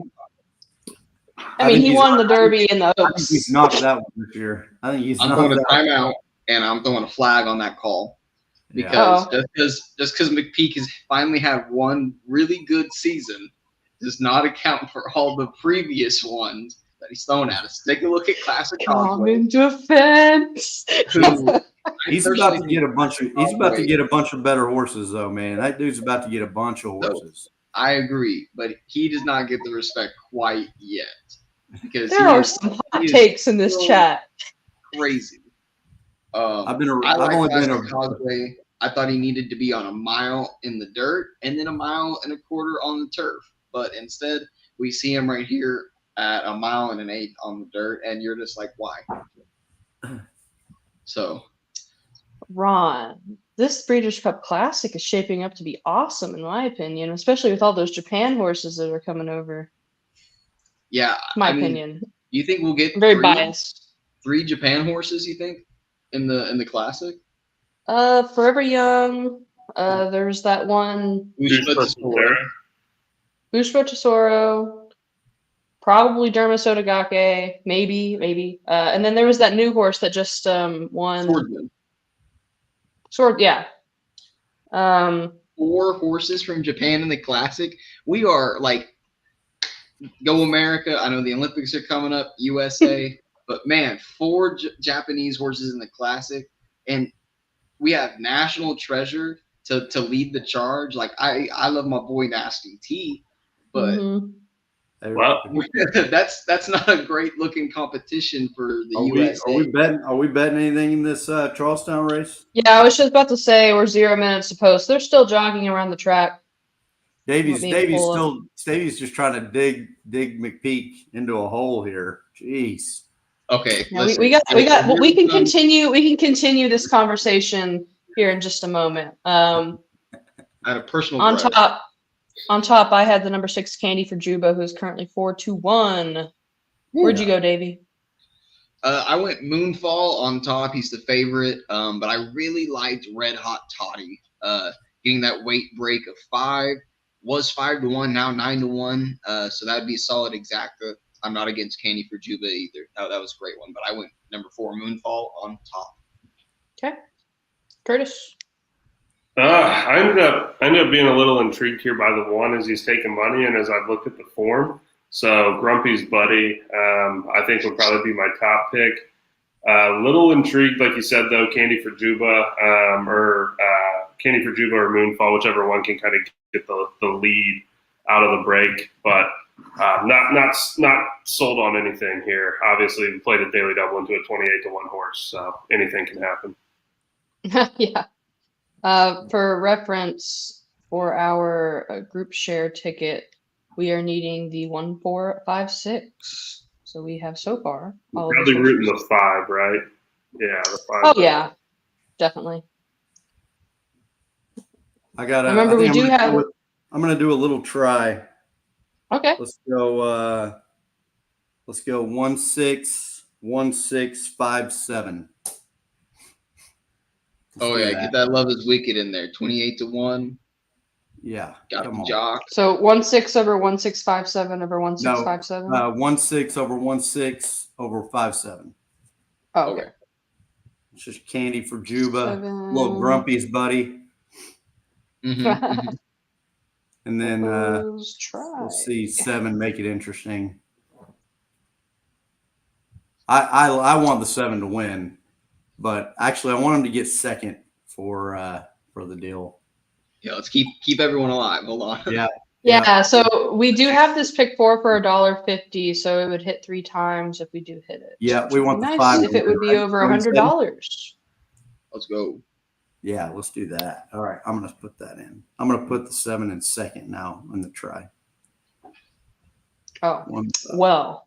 1, 6. I mean, delete this. You go 1-6 over 5-7 over 1-6. Interesting. Okay. Let's make some I don't money. feel like typing that out. Yeah, that's fine. 1-6 over 5-7 over 1-6. It's $4. Wow. Grumpy's Let's buddy currently 3-2. Projected odds. Where are we projected here? Projected to go off at 8-5. So Red Hot Toddy is projected to go off 9-1. Juba 5-2. We do got some chalk here, but we do have the Red Hot Toddy that can save us chalk wise. Love is Wicked. Number 7 is going to be probably around 18-1. They are currently loading into the gate.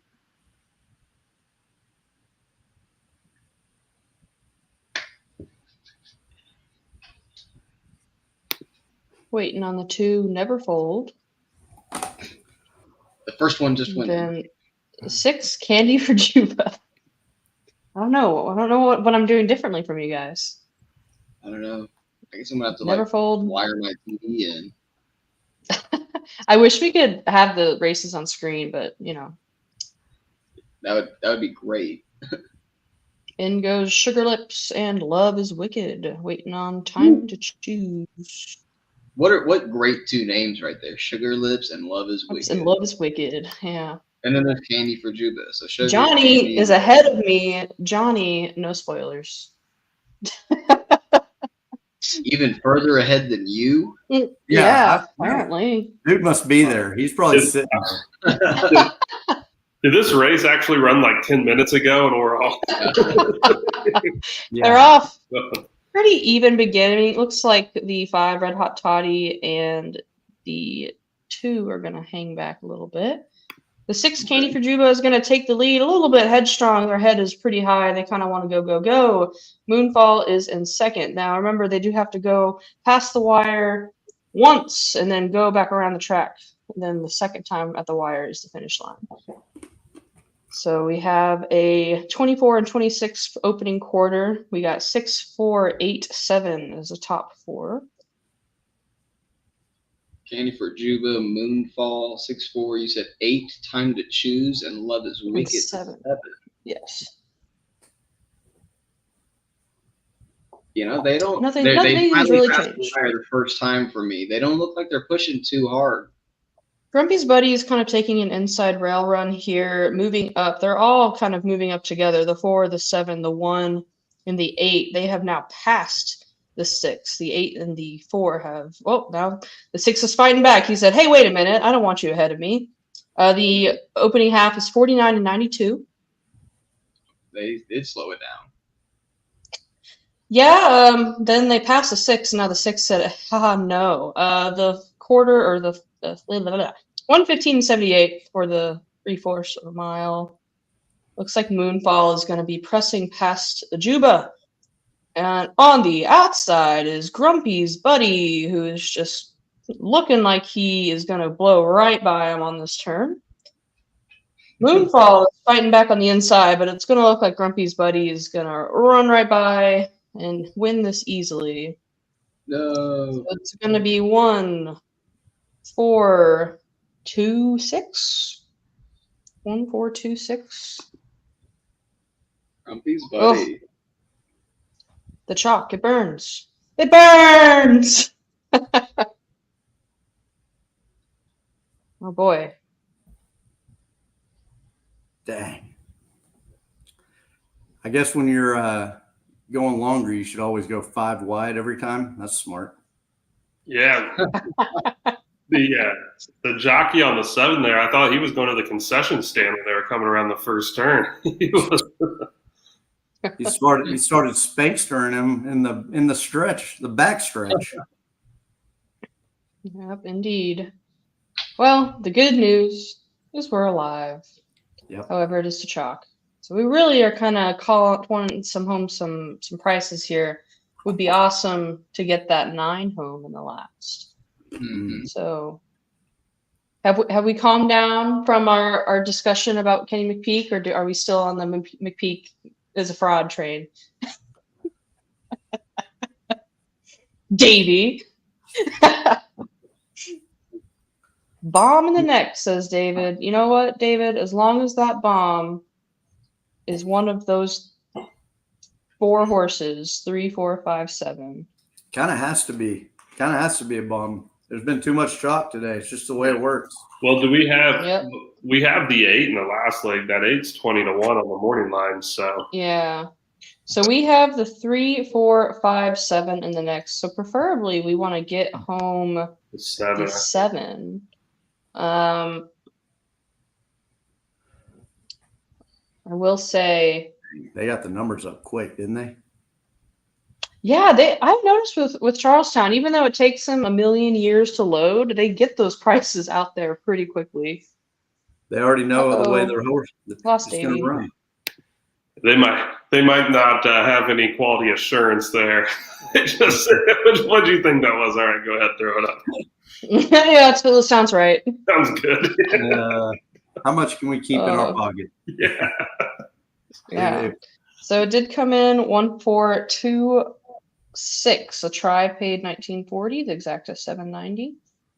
The double 710. So hey, you know that we tried with that 7 saver 7 double. My bad. Now that was completely valid to try to play. So we are going into the last 2 races of the card. Is there maybe a double that we would like to try to play?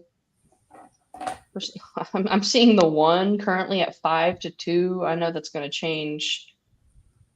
It's currently 2-1 from a 10-1 morning line. It was wild. Yeah, and I did Right? not Is that have crazy? the 1 on my ticket. I didn't have the 1 or No. the 2, and now the 1 is 2-1. So I did have the 2 like way underneath, but not as a win contender. So the 1 is not bad at all in the multi-race wagers. So this is probably just after race odds. Okay. yeah, probably just someone drinking like the name Lieutenant Brown and bet it there a couple of years ago. Yeah. We're sitting on, I mean, there's like $2,500 in the win play show pool right now. You can live bet the under in the Brazil-Paraguay game if you want to. Oh boy. Sorry, I don't really sports bet. It's not actually, you can't do it here in Arkansas. Yeah, y'all get that. Y'all are conservative though. It's good. You Oklahomian, We can't I do don't it. know. We can't do it either. I'm not doing it at all. I don't know what you're talking about. I get why it's illegal in Arkansas. You don't want everybody wasting their money on the Razorbacks. That was just a low blow. I'm sorry. Coach Cal's going to give you guys the most exciting 19-13 season you've ever seen. Are you from Kentucky? No, Indiana, but Okay. a little bit north. You know, it's funny though. I was at Lexington like 2 days before Cal left, and every single person I talked to there wanted him gone. Yeah. Dude. Hey, I know a couple big time fans, and they're happy he's gone. Yeah. It's like, I mean, Curtis, you know this because we met each other that same weekend. But every Uber I got in, they're like, "Oh, where are you going to? Like, where are you from?" I was like, "Oh, I'm from Arkansas," and they're like, It's either disgust or, "Oh, thank you for taking him." So that's the way that it is. Like Arkansas, though, you bring that up like an Ole Miss when you're there, and like Arkansas has given Ole Miss fans like PTSD over the years because we always lose off like something wacky. So the weird like kind of hatred and or disdain for Arkansas that's in the South is a weird thing. all I know is that we can all agree, Tuck, Texas. So Yeah, that's all that matters. we don't support Texas in this household. I love Davey's like slow rate. My kid's 6, and the only way she's allowed to say sucks is if she talks about Texas. So now she loves saying Texas sucks because she used to say something. I thought that was the coolest tip somebody gave me. So I think Curtis can talk on Horseshoe Indy, right? You've been there before, right? I was there Tuesday. Yeah, I went there Tuesday. So I'm in the same week. I'm going to have visited Horseshoe, Indy, and Gulfstream Park. So the duality of horse racing there. One on the beach and one that's in a cornfield. But no, it's cool. It's a nice small track, right? It's like it's kind of, and at the casino's kind of Vegas style, so it's very nice inside. I like it. I usually hang out when I go there. They have like the second floor is a restaurant, kind of bar area. I usually hang out on the first floor of the track apron, get up real close. The paddock's kind of, if you're facing the track, the paddock's to the left there on the end of the track, kind of there on the awning, if you will. So yeah, check out the paddock. It's nice. You can walk there, walk on the track, and get up close and personal. So yeah, they probably won't be too busy either. So should be a fun night. The beers were $7 though. I hadn't been in a couple of years, and they caught me off guard with the beer prices there. So Yeah, I'll try to go to Indy when I'm in Indianapolis, but the races will be over by the time. But yeah, you said you'd be in town, so Curtis will have to go to the OTB or something. Yeah, so for work sometimes I'm downtown. So yeah, we can go to the OTB downtown if you're going to be downtown probably one day. That was my old stomping ground. So we used to go there. I think I told the story last week, but we used to go there before we would go out every night because they had the cheapest beer in town when it was under previous ownership. So you could get like 32 ounces for $3. And we would just go and bet show bets and try and pay for our beer tabs, betting show bets at Remington's and the Charlestown and Hoosier Parks of the world. Woo! I love show bets. That's my jam. Ron wants us to talk about Kenny McPeak again. Do you guys want to maybe talk about horse named Dash Attack? And you cut off for me. What did you say? Sorry, I originally have tried to be a McPeak fan. I liked the horse named Dash Attack before in the past, and it just didn't work out. And I kept falling for it, and each time I keep getting hurt. And now all of a sudden he's done really good. Great for him. Highly respect him, and hope that he continues to do good. But there's just been more consistent trainers, so I will not put him quite up there at the top of the podium yet. Okay. So I'll add, I've talked to McPeak in passing a few times at Keeneland and at Churchill when I've been there. He was a super cool guy. Funny story about him. So the year after Swiss Skydiver had won the Preakness, we were at Churchill Downs on Preakness Day. And he was saddling a horse for the Louisville, I think. It's like that 1.5 mile stakes race on the turf that they have there on Preakness Day usually every year. And he was walking past me. I was like, "Hey, Kenny, who do you like in the Preakness this year?" And he just looks at me and said, "Who cares?" He kind of chuckled it off and kept going. So, but no, he's always been cool when I've talked to him. And I'm a long shot player. And what's McPeak known for? He gets some long shots home on these 3-year-old stakes races. So usually he gets me a couple cashes every year on the Derby Trail. So, hey, Kenny McPeak is a cool guy. He's A-OK in my book. You're not going to get a word of McPeak slander out of me. I got a couple questions here in the chat. So Jonathan Farmer, if you play on Twin Spires, they are offering a $10 money back special or money back promo with Hastings track. I'm having trouble finding which races those are. But if you can let me know, Jonathan, we can maybe try to cover. I assume none of us have looked at any of those races, so we would probably just be spitballing. But yeah, and then Pensay Sky, who here has been to Charlestown, and give me the places to go? My guess is no one. Don't blame me. You know, I've only been to 4 racetracks. You've been to Charlestown? No, I want to go. I would check it out. Oh, you want to go? Yeah.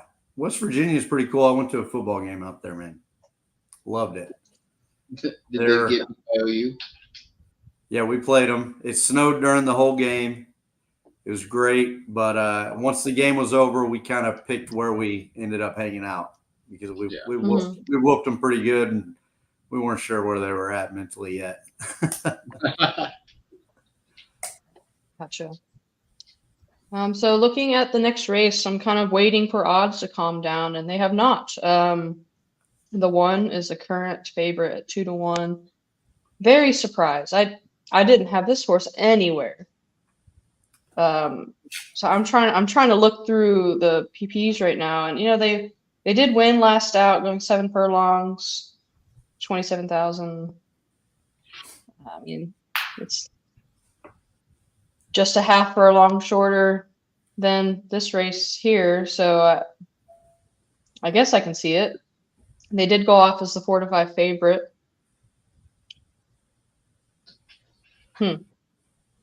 So you're not kidding. The multi-wagers do not have this horse. Yeah, that's why I'm kind of confused. I mean, we're still only at about 4,300, I think, in the win. Yeah, there's only $750 on the horse. It's not like there's 20 grand, right? Right. Yeah. Yeah. That's going to change. Though I could see this horse. I mean, he's won 2 out of the last 3, and 3 back, he's got a pretty good figure on it, but it was against claim, 15 claim. So he's going to have to stay up top, which you can do here, but there you go. Pretty good jockey trainer combo. Trainer's 14% after winning last race. There's some support there, but everyone else has a little bit too. It has interesting shift between that's like the biggest shift in odds that I'm looking at here. The 6, who we did drop off the pick 4, hasn't changed. The 5 hasn't changed. The 7 hasn't changed. Let me see. Looking at projected odds, where are we at here? We're still 8 minutes to post, aka 15. The 1 is being projected to go off at 9-1. Interesting. I see the love for the 1. Not a bad racer. Gets in the money pretty consistently. Looks like over 50% of the time. I think when you look at the 3 and down, like we have on the ticket, those guys just look like they have the class as well, maybe a little bit more consistently. Especially in the allowance field. I see that Lieutenant Brown has been there recently, but not quite consistently, and I think he kind of sneaks in some good races and has been able to put it together in the allowances. But for this race, I don't feel like it's necessarily in his favor. That's why I went to the outside, and I went kind of wide. 3, 4, 5, 6, 7 is who I had on my personal ticket, but last race kind of knocked me out with that 1. Who do we have on the group ticket for this? We had the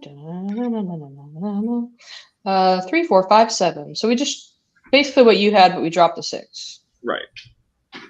So I'm gonna stick with those. The 1, I mean, I see the love, but I don't know if it's enough to put it on as my overall favorite. I do think the 4 Vagabond Virgin, it will go off as favorite. I'm kind of looking at the jockey. So you see that Boca Chica is the regular rider for the 4 and for the 3, and he did end up going with the 4, which we do know sometimes that does not work in the favor. But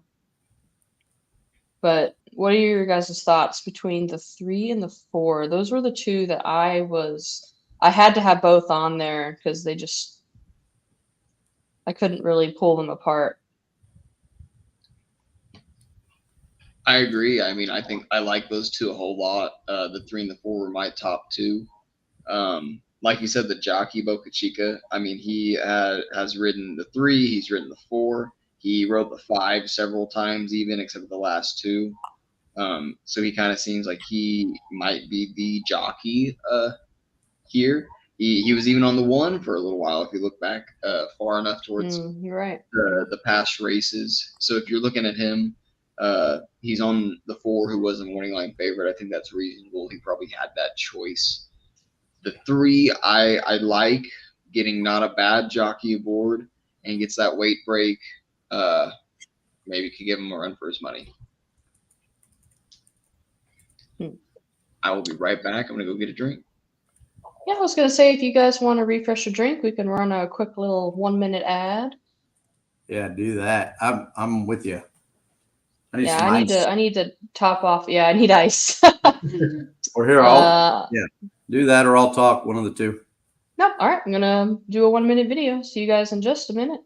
Hey guys, what's up? Welcome back to RacingDudes.com. This YouTube page is growing and it is very well liked. And we have a regular website as well, and it answers a lot more questions that maybe we see from you guys in the chats when we're doing our live streams. A lot of times we'll be talking about the big stakes races, and somebody will go, hey, do you like the 3 today at Gulfstream Park? Well, here's a place you can find it, and you can find it for absolutely free. Go to RacingDudes.com and then click on that free picks button, and we have free win picks for every track running every single day. That's right, every track, every day. RacingDudes.com, click on the free picks, and you can find every single track running. So if you're watching a stream and you go, I love the content, I wonder what they want at Gulfstream here in the second. Guess what? Go to RacingDudes.com, click on that free picks menu, and you can find out. Don't forget, RacingDudes.com, a lot more content right there. That is the mothership of the Racing Dudes brand, and you can find it right there. Like I said, RacingDudes.com. Magic picked such hype music for that video. Where is Magic? Why didn't Magic ever come in? I want to see Magic. Magic, get your butt in. Yes, he's come in here. Video like this. He's come in here before, but it was like the pre-show or something. Yeah. I think only Aaron and Ryan have popped in, and that was last week. I did invite Aaron to come on tonight, and he asked what time, and he just hasn't showed up. It's okay. He's probably chilling. He's chilling. Well, I think because they're going to that invitational, the handicapping thing. Oh yeah. Somich will be there. Hastings, is it Hawthorne? Yeah, something like that. You might be right. I'm not 100% sure. Is that a Chicago this weekend? You're asking the wrong person. I do know that Nick Sievers, who was also going to pop in tonight, will be there. Nice. Dude, they're having a blast. We'll let them do them. Let's see. Evangeline Downs runs in 4 minutes. Anybody interested in that? We can go take a look at it. I'm not against it while we kind of wait. We did have one more race of that pick 5 to cover, but we'll wait for Davey to get back. You said. Oh, we did. Okay, cool. That's right. Poolside with Slim. Yeah. Oh my God, there's a horse named Hey Diddle Diddle. Yeah. I don't know if I can show this on screen or not, so maybe I won't. Did you have any thoughts on this race? It's a field of 12. Yeah, that's why I figured we could let's get lucky. Weird. It says it was 4 minutes to post, and now it says 6 minutes. So something is wrong. I'm gonna totally admit I don't know who any of the I don't ever play this track, so I don't know who any of these people are. Me either. I just thought it gave us enough time to get something in. Fair. I have the 4, 7, and 6 on top. What are you thinking? 4, 7, 6. 4, 7, 6, then the 11 looks like is on. What are we looking at? I'm just looking at speed right now. So not the speed in y'all's deals, speed in a different deal. I tried to show this to Aaron once. We're trying to kill time. We got our 2 minutes to post to Charlestown, race 7. They're currently galloping on the track. I look at a deal that an owner buddy of mine has shown me over the years. So the PPs I look at have some sort of let me see what it said. Have a PSR rating, and then I've got kind of the middle. They're like a thoroughgraph number basically. But the 4 has been off for a year. We saw one win once already doing that. It'd be interesting to see if 20 to 1 is decent. I'm going to put 5 across on the 6 just because I like its name. And also, Johnny said he likes Hey Diddle Diddle, so you know what? You do? Okay, there we go, Johnny. Is Nacarelli your real last name? All right. Well, don't dox yourself if you don't want to. It's got to be. I think that's cool. All right. Give me the 4-6 street name. Yeah. All right. Yeah. Don't mess. I know what you mean, man. I know what you mean. Just like Curtis Manlow. Yeah. Manilow, Pedlow, Nacarelli. Yeah. Got to end in a vowel. Shotty, Davey, hey. Val gang. Yeah, we're gonna go. I'm going with the 4. You want to do the 6? Let's key the 6 with the 4-7 and an exacta. Okay. I'm gonna key box it though, so we can go first or second.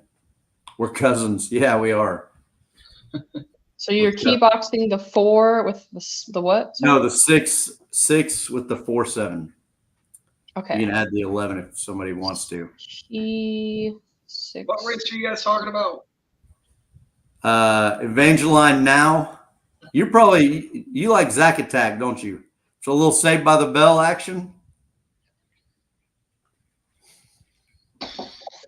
I know what you're referencing, but now I don't. I gotta go pull it up. No, I'm confused. Yeah. How the heck do you key on Twin Spires? There's a key box button. Yeah, I'm still learning. I'm used to the other one. Should be at the top-ish. No, I don't want a box. I want a key box. 6. You know what? Screw it. I guess I'm boxing. 6 with the 4-7. Am I deaf? You said that, right? Yeah. 4-7? Okay. Yeah. I like the name Zack Attack. That sounds cool. Me too. That's why when I saw it, I got excited. I don't know about you. Luckily, you couldn't Fine. tell. I'm adding the 9. I'm in doubt that 6-9. I also like the 9 because the trainer's last name is Bro, and it's spelled Breaux, and that's how you spell it down there in Louisiana. So, Hey guys, we're expert handicappers, and we're betting strictly by names. I say expert. I'm nowhere an expert. Yeah, I don't know if I'd call myself an expert. Let's get a 4-6 here. Let's go. 6-9, baby. Still waiting for them to start loading up at Charlestown. You know, these races might actually go off at the same time. We will see. Oh, shoot. Let's get to our Charlestown shit then. the one's drifted up to 9-2 now. So the 3-4 both sitting at 2-1 favoritism. Yeah, the projected odds for the 1 was 9-1. So it's already up to 5-1 now. So All right. we'll see that. So I think this race gets real interesting if nobody goes to the lead with the 7, because that horse is very much has to have the lead type. Mm-hmm. I think that's kind of how you can get an upset at this level. So I'm hoping he breaks on top and doesn't look back. But Guys, I just heard we've got some followers down at the Hot Buffalo in Holden Beach, North Carolina. I didn't know they were longtime followers of the Racing Dudes. So they're having a blast. This is why I wear North Carolina here, because I've got a house out there and I love those guys, man. So find yourself near Wilmington, go by Hot Buffalo, get some chicken wings and some beer. They always have horse racing on, 100% of the time, always. Sounds dude, like quality play. honestly, What up, Vinny? I think I might have been to that place before. It might have been years ago, but I have cousins that live out in North Carolina, so I've been out there a few times. And Hello, you're coming down. I'm going for 2 weeks, July 12th. Come on down, guys. Anybody come hang out. You can stay at my place. Oh, hell yeah. Don't tip me with a good time. Davey can literally run there. Davey can run all the way out there. I might need my inhaler, but I can make it. Yeah. Are you guys? Yeah, you're a track coach, aren't you? Hold on a second. Yes. The irony. Isn't that part of the rules? Yes. Well, So- technically, I don't coach running anymore. I'm just the jumps coach. Gotcha. I had to When, run it out um, in track. When the Remington season starts up, you two need to be doing this live from the track, and you guys can Absolutely. Yeah, we do. can show us the paddock, and Yeah, we'll have inside information. I agree. Davey, is it true as a track coach that you make your most hated athlete run the 800? Is that how it's chosen? Yes and no. So we are a 6A school, so we only take like the top 3 in each event. But if sometimes someone does piss us off, I'm like, yep, we're going to toss you in right over here too. I made one kid who was a pole vaulter run the 400, and he literally mid-race pointed at me and was like, I hate you. And I was like, you're doing great. You're right on pace. I hope nobody bet the under in this Brazil game. It went nuts. They hate each other, I guess. I told you. You did? Did you really tell me something?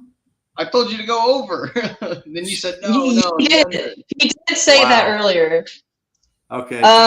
So update. They are loading the last horse in at Charlestown, and they are about to load into the gate at Evangelic and Down. So We're I'm gonna try to go cross-eyed here and watch both. Yeah. We've got what, 3 thoroughbred tracks running in the country tonight. Right. We're running. They're off at Charlestown. Lord of Cork is going to try to go to the early lead. However, he's going to be denied by I'll Take Care of It and Marshall Peanut. Marshall Peanut is going to be the first to take the lead. Going around that first turn, I'll Take Care of It decided to go 4 wide and is now back to 4th. So in order, we currently have the 5 Marshall Peanut with Lord of Cork. I'm on the deal right now. Thought you were telling me to stop. I was like, don't call me sweetheart. There's the Lord of Cork and Penguin Parade are just chilling in second. The first quarter was 23-72. Update on Evangelic and Downs. They are loading to the gate. All right, as we are going down the back stretch, we're waiting for this halftime. Didn't really slow down too much. It's 47-40. Peanut's looking good on the front end though, and it's kind of is widening away from Lord of Cork and Penguin Parade. The 7 still 4 wide, going around the far turn. Peanut's looking good right now. However, Penguin Parade is trying to catch up to him, but I think the 5 is going to run away here, 9-2. They're not getting there. Go Peanut. Let's go Peanut! And they are still loading into the gate for Evangelic and Down. So we perfect. Yeah, great run by the 5. Wow. Just wires that was nice. Beautifully. Looks like he does it with ease too. Like never really look asked. Mm-hmm. I next race out might be interested in playing that horse back depending on where he goes. Yeah. All right, so update. Whoa, my goodness, the 1 Evangelic and Down just like charged the gate. Our pick 4 is alive, and for me personally, I'm single to the 5 in the last for the pick 4. All right, wow, they're off. Evangelic, wow, the 12 just shot out like a rocket. 12 completely missed the break and is completely out of it now. Looks like the 5 is going to take the early lead. Lost my bag at. Wow, that was a very interesting break. Race 9. Charlestown came in 5-3-2-4. Just by the way. Yeah. Lost my bag. Currently 24-1 in the lead with. I think that's Hard Luck Henry, the 7, 4-5 favorite, is now looking like he's going to pass. So we're looking for the 6 to finish in the top 2 here. The 6 is currently about 5 back, running pretty evenly. The 7 has taken a leader on the far turn, but is being pestered by the number 3, Baby's Last Dance. Oh, man, I'm thinking Baby's Last Dance is going to take this from the 7. They're knocking heads on the wire. Up 7 just said, haha, just kidding, and passed 3. as they're about to cross the wire, about a length and a half in front. So 7-3-6-5. 7-3-6-5. The 6 just couldn't get up there for second. Anybody else impressed with how many horses just ran at the same time at Yep. Evangeline Downs? Yeah. That was a full field, man. Good Where's gosh. Evangeline? Wow. You That's guys know where impressive. Evangeline is? I It's don't in know. Louisiana, right? Yeah. I think you're right. Yeah. It's I'm gonna look it up. Okay. As a reminder, we are currently alive to the 2, 5, 8, 9, 10. Pick 4. We're alive 3 times. We played this for $1.50. So I'm gonna read out the will pays here. It will be for not for 3 times because I don't have that on my thing here. I'm an English teacher, so don't ask me to Oof. do that. It's near Lafayette, Louisiana. All right. That's right by Beaumont. So when are we Alright, going to wow. talk Aaron into doing a Racing Dudes syndicate, huh? Right? That's That'd what's be great. happening right now. We could start him out at Remington, win the Springboard Mile, right? Mhm. Get a solid 10 points. And I'd probably go to the Louisiana circuit, honestly. So honestly, we're not doing super horrible here in the will pays. There are a few options here that might have us finishing even. And again, this is just for 50 cents, but the will pays for what we are alive to. The two pays 87.60. The 5 pays 79.70. The 8 pays 12.12. The 9 pays 99.80, and the 10 pays 232.95. Again, we are alive to that 3 times. So hitting the 8 would be marvelous. Hitting the 10 would be marvelous. Hitting the 9 would be great. We'll basically be breaking even, I would say, with the 5. Maybe making a little bit of profit with 2. And all the other horses are just straight up long shots. So, Well, if you ever play cards, they say if you break even, you're winning. So oh yeah. I don't I'd rather know. break even than lose. Yeah. So I mean, with how bad these horses are, the 10s probably winning some money with the 10s looks like a good deal. These horses suck. Shoddy loves a Breeders' Cup hat. Oh, I have so many hats. If you want a Breeders' Cup hat, I have so many. I bought this lot of I bought this lot of like, I'm not even kidding. The pictures made it look like 14 or 15, and it was like 70 hats. It was mostly Santa Anita and Breeders' Cup. Like 2009. So like Mind That Bird, Kentucky Derby. There's a couple Zenyatta hats, which I really liked. But I have so many. If you want one. I don't have any Remington though. No Remington. Huh? Maybe we'll do a giveaway or something on Dudes After Dark at some point. Oh, that'd be cool. Hey, so we got a Oklahoma Derby, right? I'll be there. I'm saying it right now. Anyone else who wants to come to the wonderful Grade 3 Oklahoma Derby? Yeah. I really want to, but I might be busy with work. Springboard Mile, on the other hand, I have to be there for the Toby Keith Stakes, the inaugural Toby Keith. Absolutely. Yeah, Springboard anyway, Mile is a great night. Last Cold. year, Concord, we Cold. did into our team. Oh. You know, he didn't do awful in the Southwest. Got 5th, I think. Yeah. 5th or 6th. You know, wasn't awful. He probably should have dialed it down after that. They did not. Nope, they went for it. But I think he's gonna, if they cut him back to about 7 furlongs, I think he's gonna be pretty nasty at it. Maybe even just do a 1 turn. He's so fast out of the gate that he's probably gonna be an excellent sprinter. So. What are we gonna do with this last race in Churchill? Charlestown? No, Churchill. Oh, that Churchill. We Oh, gotta finish up that last race at Churchill. I was about to say, I was like, man, which I Jack gotta and figure Pedro out won? where Curtis is gonna find Dorna, man. Hey, have I ever told you Ooh. guys what I thought about Kenny McPeak? Yeah, Oh God. yeah. Tell Davey if there's a Kenny McPeak horse, let's let him go last. He's gonna place last, let me tell you. No, I love it. All right, looking at race 12, the Tepin Stakes. It's a mile turf race for filly 3-year-olds. Now, I hear a lot of people talking about Poolside with Slim, who is a filly, not a colt. However, Davy's nemesis, Tyler Gaffleone, is aboard.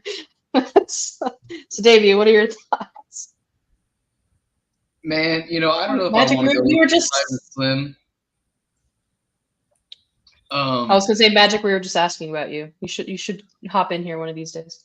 Yeah, you get Magic on you sometime. Man, Poolside Right. Slim, it's not a bad looking horse. Gaffleone, this could be him. I think he is a better rider on turf. But I did not go with him on top. I haven't solidified, but man, Asmussen with Frankie Dettori to the outside. I think that's a sneaky play at 12-1 that in this kind of field, I think I might just be willing to take on top. What about you guys? Okay. What do you think? Who do you have on top, Shotty? I'm still kind of torn between Dancing and Dixie, and my long shot is Mo Fox Given. Almost got there last race at a really good price. However, this is a mile, so not 100% sure if it's a win candidate. But man, Mo Fox Given is a horse that I'm definitely going to be using underneath. My next up would be good. 8. Well, yeah, the next up, I really like Pipsy. You guys hear me? Pratt Daddy. Yeah, I can hear you. Our boy Pratt, and I would play the thing, but then I have to switch everything over to Magic Mike, and it's just not so simple to play on here. Let's see. So who did you have on top, Pedlo? I mean, I know the 10 and the 11. So it's not like the 5 is going to have it easy. So I've been looking for somebody who could close up. And, I mean, Dancing Dixie was kind of the one I was looking at to be there to close, because I look for closers on this turf all the time. Okay. And so Mo Fox Given, I feel like everybody's going to be on that horse, but maybe, I mean, that's kind of my other spot. But the 9, I'm interested to know if this 8's pretty good or not. That's what I was going to see if anybody was on.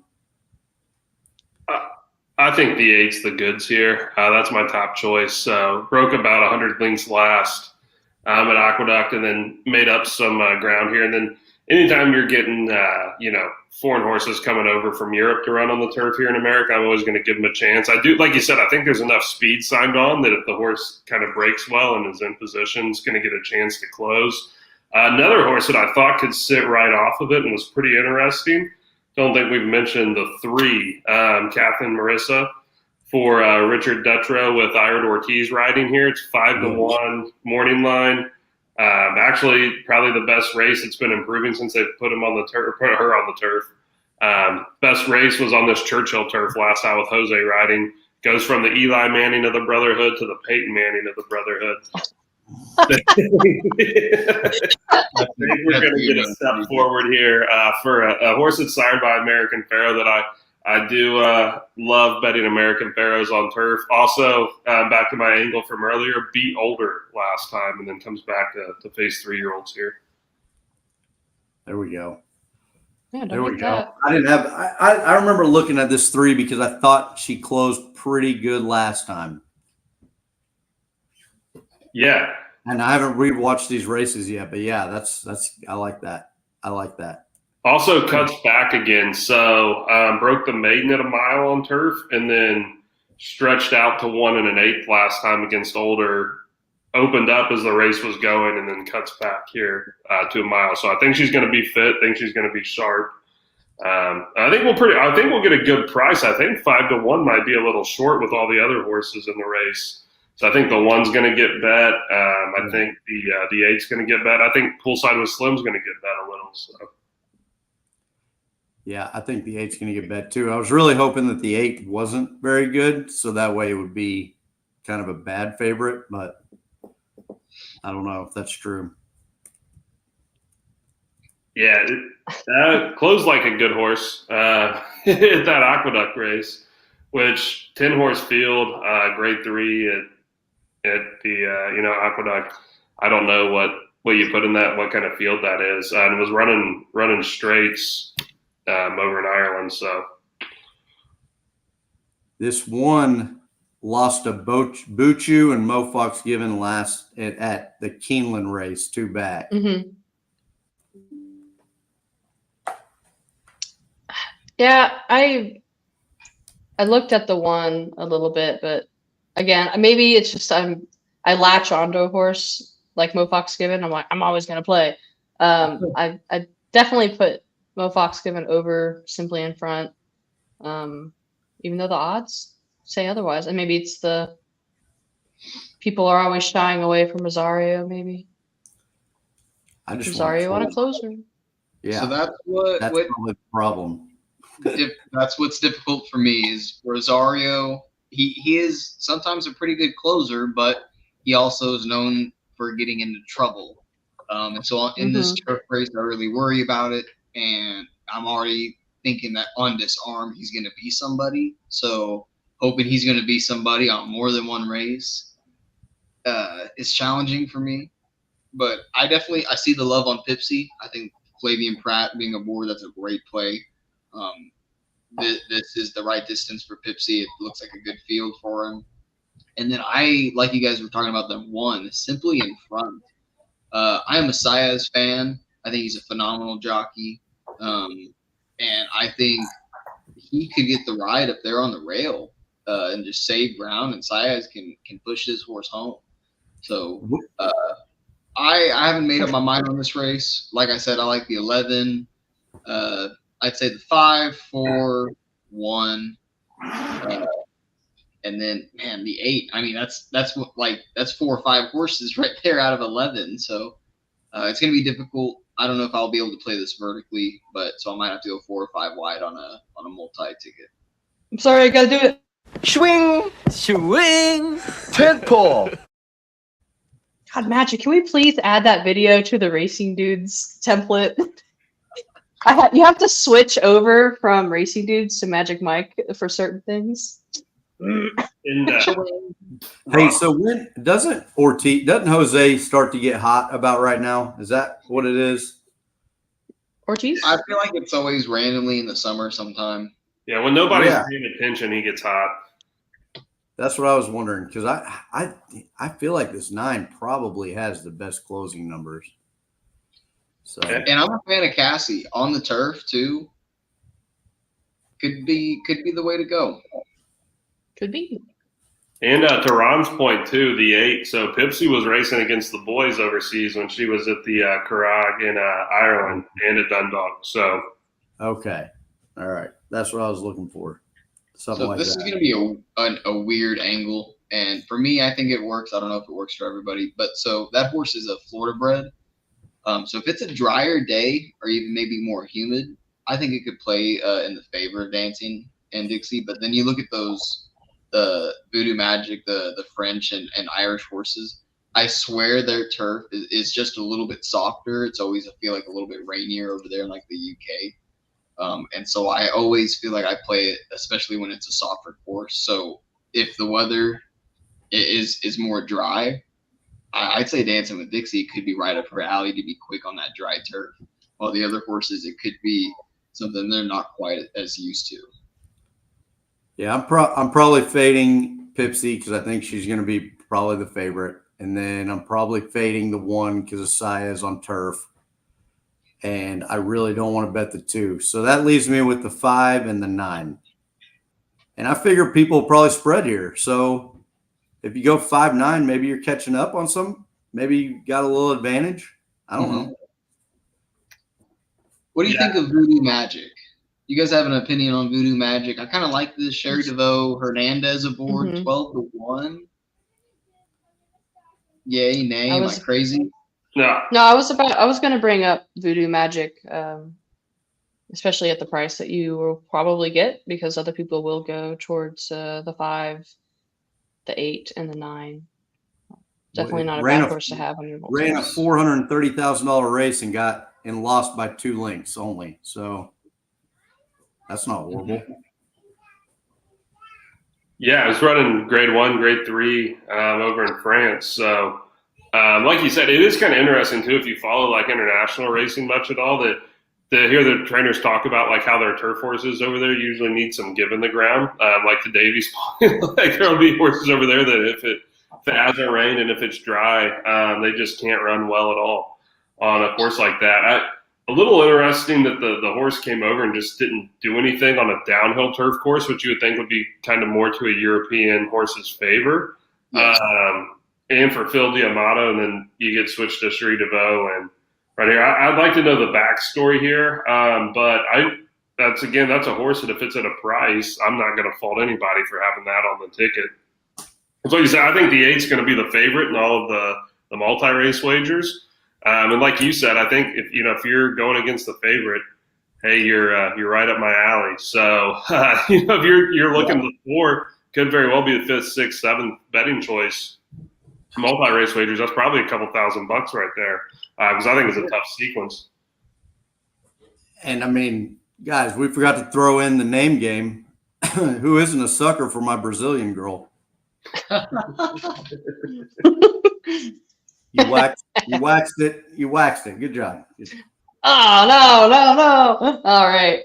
Oh, man. Who was it? I think it was Carl Ramrod who had the funniest comment during Magic Mike show. Okay. Anyway.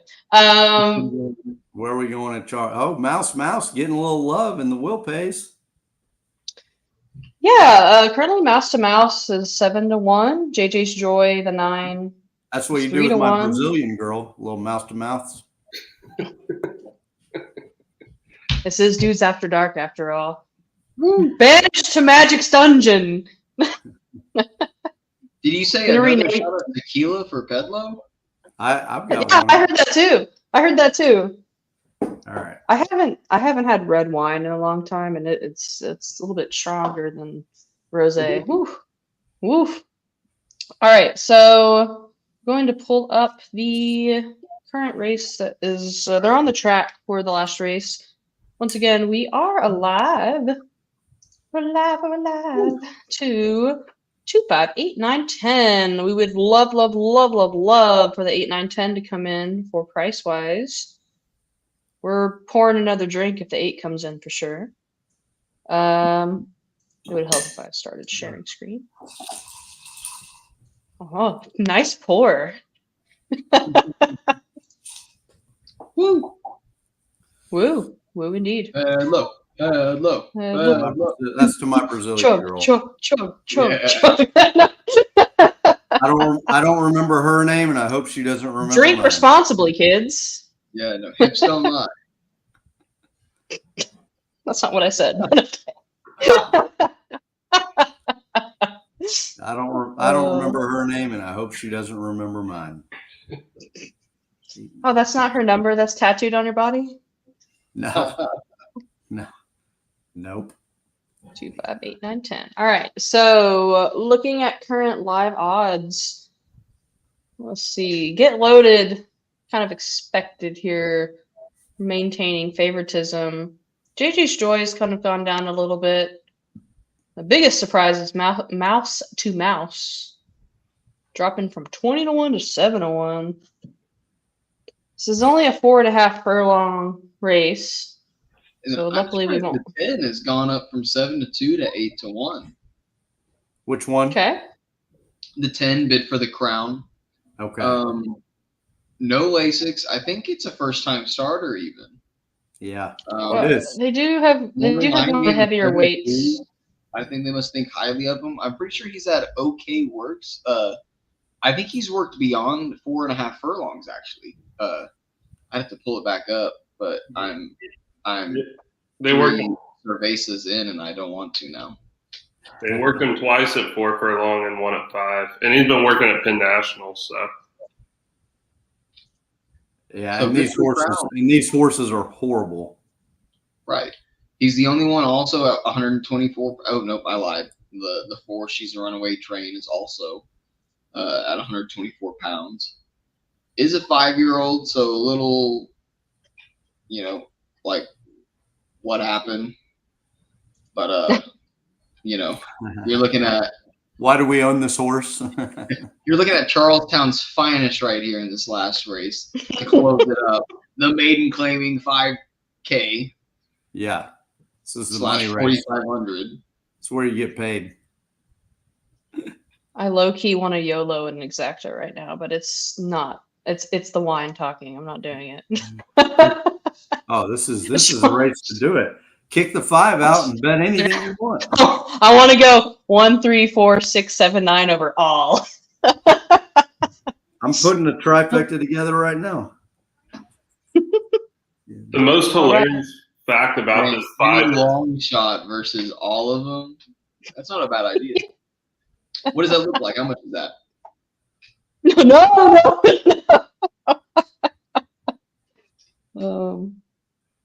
this 5's been claimed twice in his life. So you've had 2 different groups of people now that have gone in on this horse for $10,000 with pretty much 0 ROI, I think. How much is this? I I don't think it's some. an awful horse, but I just don't think it's, got the job done. So they might be breaking even. They might think, oh, well, if we can claim him and get that win, then we'll get rid of him immediately or something. But Yeah, he got claimed for 10 last time in January when last time it ran, and he's in for 5 here. So well, the purse is 10,800, so I don't know how much the winner gets. Probably not a ton of that. 60%. Yeah, so you'd get your money back if you got it claimed and you won. So you probably got So also it's sired. It was sired by Always Dreaming. So it's sired by a Derby. So if I play this, 119. if you play the 1, 3, 4, 6, 7, 9 overall, if any of those in first come in, like you're breaking even or you're paid. And this is just I'm playing against all of the cheap All payouts for the pick division 4. odds. Yeah, because we have them for the pick 4. There you go. I put a try out there. Oh boy, There we go. are you It's 12 posting bucks. it? Oh, I meant to put a separator, obviously, not a comma. There you go. That's how we're gonna So make 2, it. 9, 2, Kicking the 9 5. over 2, 7, 8, 9. Not 10. bad. So unfortunately, the 11 Miss Pearl Heart scratched out, but I actually had some pretty good interest in that horse. I liked that. I really liked that horse, and then they scratched. Oh. Yep, I was considering putting that horse on top and actually going thinner in this race, but after it scratched out, on my ticket I had gone 4 wide. The 2, 5, 8, and 10 is who I had, and I think that's who we have now in our closing pick 4. Yep. Let's And go. again, for those who have bought into this pick 4, it's for $1.50. So if you're looking at the will pays, just do ×3. Yep. That. This 8's got a shot. What a name. You what? Go ahead, Curtis. Well, I didn't say anything. Oh, I said Whack is fast. That's a cool name. Whack is fast. Yeah, so That's kind of who I think wins this race, just so we know. I really think the 8 has a chance. But I also just took a pretty big shot at tequila, so who knows? Well, take advice if we you said dare. it last week and said the 5 has no chance for 20 minutes. Yeah. We field. actually hedged every horse but the 5. Not the 5, and then I texted Shotty for like 2 days after that. I sent her extra money just in case. I didn't know how her day felt, you know. All I know is around that. Picture and was like, "We are alive to all of these horses," and I was like, "Holy shit, guys! You guys are like, you're about to hit it. Yeah. And then I just texted pain, and he's like, no. I felt it immediately. I Yeah, was like, I know what that is. Johnny must remember it. Anyone can win but the 5. Well, no, he's talking about this race because if the 5 Oh, wins here, okay. we're basically losing money on that pick 4 if you bought into it. Okay. Which you're still gonna get some money back, but That would be it would be epic nice. The if the 8 coming same thing in happens again. Yeah, the 8. Oh, The 5. We're gonna hate the 5 going forward in the show. hate the 5 hole. Now, if the 8 comes in times 3, that's a pretty good payday. Come on, mouse to mouse. Yeah. It's 12-12, so that would be 36.50, give or take, 36.40. Divided by how many shares? So divide by 50. Again, I'm an English teacher, not a math teacher, so I'll just wait for the result. Yeah. We got a couple. David. We can't forget David was with us last week too, and was also alive and did not hit as well. So we all suffered together. Yeah. Hey, I'll say funny story about real quick before they run. Funny story about not knowing what you got paid on some bets. So last year's Preakness, I needed National Treasure for a bunch of big scores, and I was at the bar watching the race, and my phone died, and no one had a charger. So after it won, I couldn't remember what all I bet, so I didn't know how much I won until I got home and plugged my phone in. So that was. You're like, Let's go. Davey and I were already ordering our championship rings after National Treasure won. We're like, oh yeah, we got this in the bag. I love that horse. I have loved him since day one, and Hey, don't we have some big European races coming up tomorrow? Yeah. I saw something. They are all loaded into the gate. I think they're waiting on the 10, maybe. Kinross runs tomorrow. I'd bet Kinross tomorrow if I were somebody. What time does those I'm kick gonna- off? Like 10 I'm a.m.? hiding my face. I think it's Newcastle. Let me look. All right, 2, 5, 8, Yeah. 9, 10. Is that what you said? Kinross, and I think it's in And Newcastle. Newmarket. Oh my God, someone got left hella at the gate, and it of course is the 2. All right, whack is fast, get fast. The 9 has just bulleted to the front. An easy, almost There you go. length lead there. The 7 Sky's Heart at 40-1 is going right after them. Gator 25 initially was going after, and now has fallen out and is completely falling out now. The 6 Hidden River, is that Hidden River? Or no, that is Get Loaded. The 5 is rolling up, but it looks like the 9 is pretty comfortable lead. The first quarter was 22-73. Remember, this is a 4.5. Guys, this 9's running away with it right now. No. Say it ain't yeah. so. JJ's Joy. Hey, we added that 9. We added that 9. Oh, okay, wait, we added him. How is he the Yeah, we 9 favorite? For me, it shows 2-1. Now it just changed, literally as I said. Oh, okay. Okay. All right. He's the one who hadn't hit the board in 5 starts. Yeah, remember? Yeah, we were talking. I'm so glad that you got me and Curtis were not for that horse at all. I mean, Curtis might have been. I was not. The only unfortunate thing is we do lose money on this pick 4.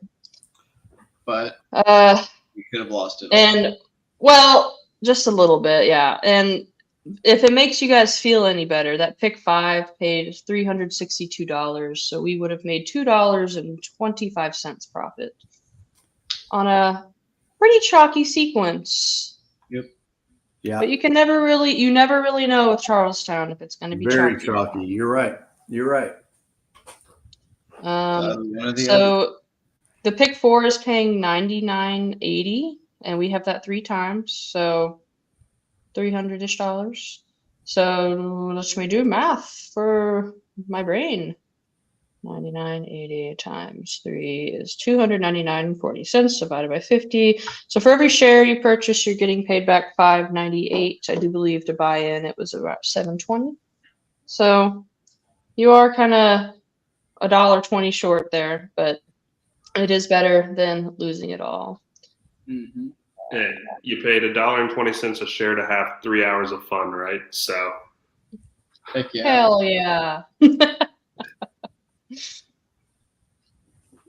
Yeah, so that's what we were talking about at the beginning of the show, that the 9 on paper was going to get the lead and stay there. Hey, and look where they were bred. Arkansas. Woo! oh, yeah. No way. That's funny.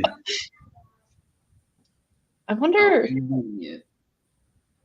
No, it's not Woo Pig Stables. I don't think anyway. How many other horses do you think have ran for $115,000 and then ran for a $5,000 tag at Charlestown in the same within a year of both the races? Because that's what the 9 did. It ran for $115,000 earlier this year at Oaklawn just to be in for 5 at Charlestown tonight.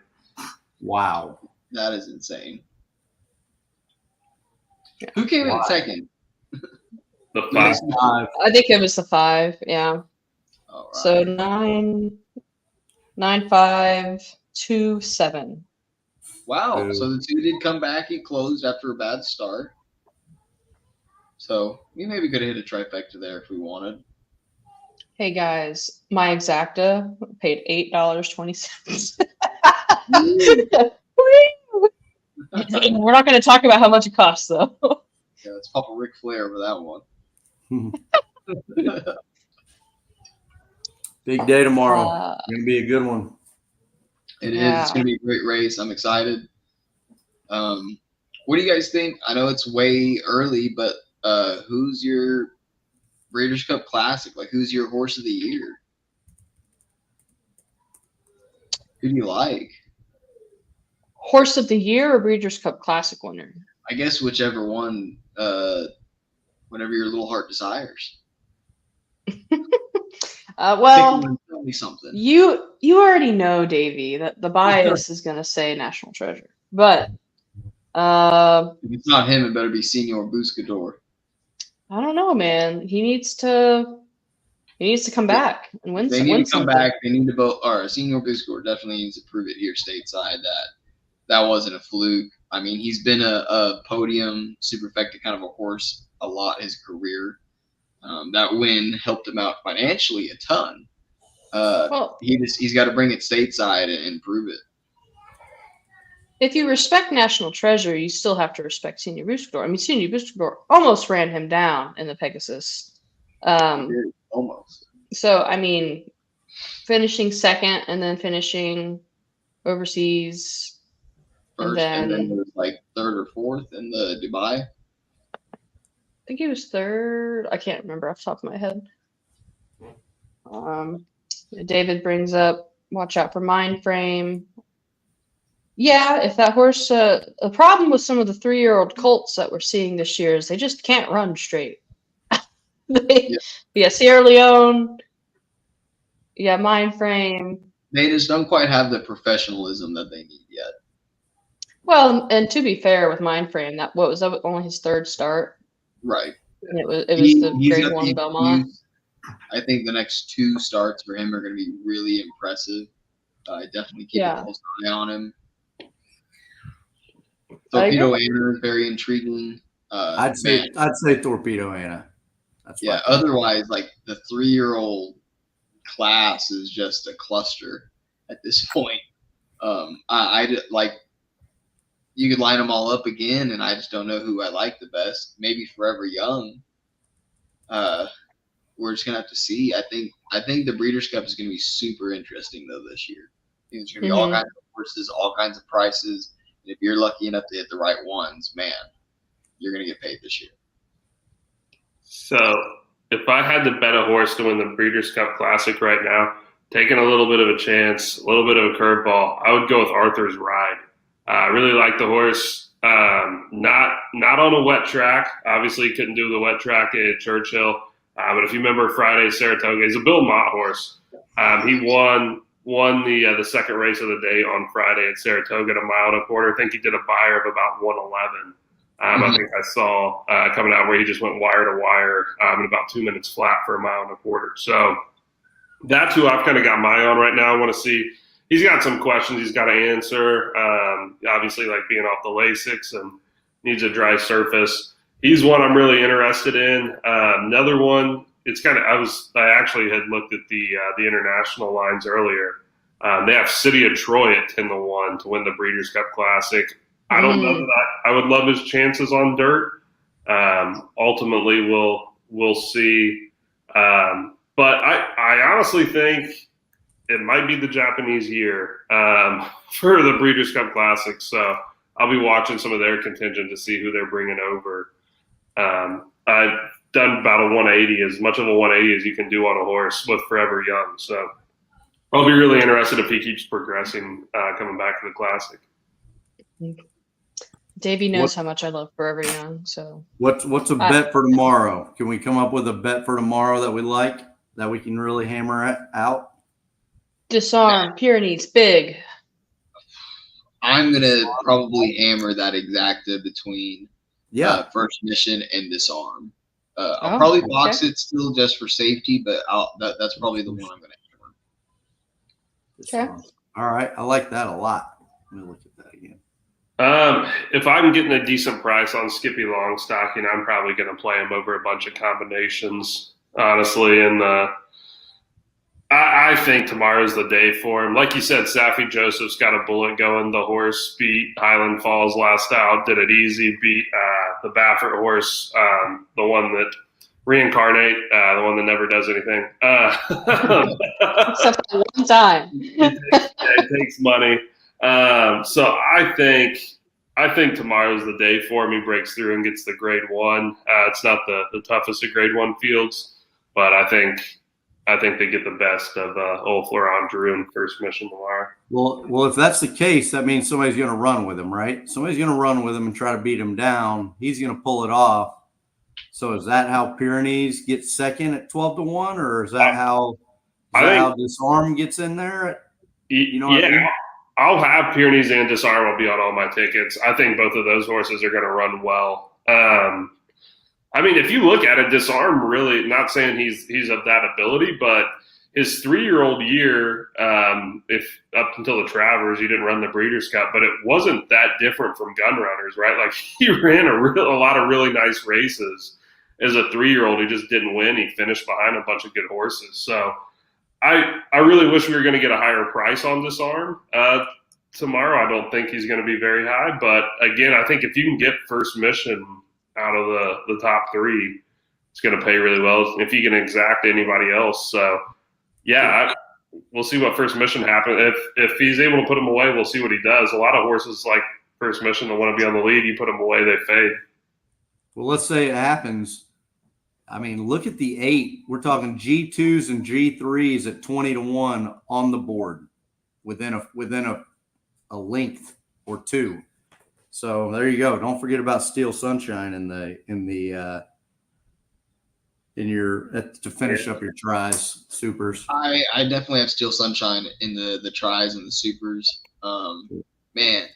And like I said, this race is crazy. There's so many different horses. Like, I mean, you could be a McPeak fan. I'm going to go with the whole idea he puts them away. I like that. I can get behind that. My second biggest opinion is going to be Scylla or Skilla, however you pronounce it, over Shotgun Hottie. Scylla the Killer. I think that's another ice cold exacta that you may want to play. I think it's a 2-horse race, and if Shotgun Hottie gets the best of them, that's what happens. But otherwise, I think Shotgun Hottie runs a great race, and it's just like Elite Power and Gunite. Elite Power is just a little bit better. All right. I kind of agree.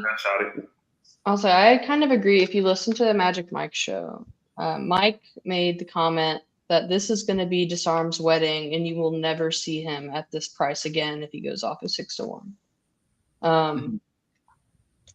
And I, for one, want to be at this wedding. So I really, really like Disarm's chances second off the layoff, a very long layoff. But we'll see what he can do against this. I mean, it's a pretty competitive field. So What were you gonna say, Curtis? So one horse I'll throw in here. He'll be in my trifectas, and I always bet this horse, put him in my pick four. So I've burned a lot of money on him, but he's a very interesting runner. Usually gets up, and he's 6 for 8 lifetime, finishing in the trifecta at Churchill Downs. He's going to be running late. Scott Corey Lannery, Happy American at a huge price. Yeah, come up the rail here, pick up some of these fading horses, and get 4th or 3rd. He was 3rd in the race last year as well too here at Churchill. So, he was 3rd. It was at Ellis Park, but he was 3rd in the Blaine last year, 3rd in the Stephen Foster, behind West Willpower and Rattle and Roll. So, I think he'll be running late anyway. Might pick up some P's as an interesting horse to get 3rd in the trifecta. I did see he was 6 of 8. Yeah. I like the pick 3 starting in race 7. I think this Charlie Appleby horse is just getting ready for Saratoga. So I'm going to single the 2 into the 4-5 in the next race into the 2-7-8. Nice. Try to beat a gate road and green light. Agate. I heard you guys earlier. That's why I was having fun with it. It's a gemstone. It's an agate stone. I get worried that everybody's going to be playing against this Agate road or not, you know. Yeah, but they won't be taking Birdie, my girl Birdie, and Moonlight. You know what? Birdie might just make my ticket because of you, Pedlo. Yeah, Birdie should make your ticket. Birdie's kind of what's happening for me too. Just wait. She gets better. She's getting better all the time. Did we decide that it was a she or aren't they colts? It's Who Colts. cares? It's Who cares? She's who they brilliant. want to be. 2024. Yes, Queen. Yeah. All right, I'm gonna go drink some tequila and wine with the wife. Yeah. We're gonna go ahead and sign off here, guys. We hit the group ticket. However, it just came in chalky, which, you know what? That's horse racing sometimes. Sometimes you miss out and go 4 to 5 on a monster, and sometimes you hit 5 out of 5 and you break even. We're going to try to keep this up throughout the summer, and whenever we can have people here, we'll take suggestions of what tracks to cover as long as it's in the evening time. So Remington, when it appears again, I'm sure we will be attacking that, and I feel like we're going to be pretty familiar with Chuckytown before the end of the summer. Make sure you guys join the Discord. I did post a link in the live chat. You can also find them on all of our social link channels. If you have any suggestions, you can put them in there as long as they're nice suggestions. But yeah, do you guys have anything else you want to say before we end the stream? No, man, that was great. See you guys tomorrow at the Stephen A. Foster. Good luck if you're playing. And follow us on Twitter or X, whatever you want to call it.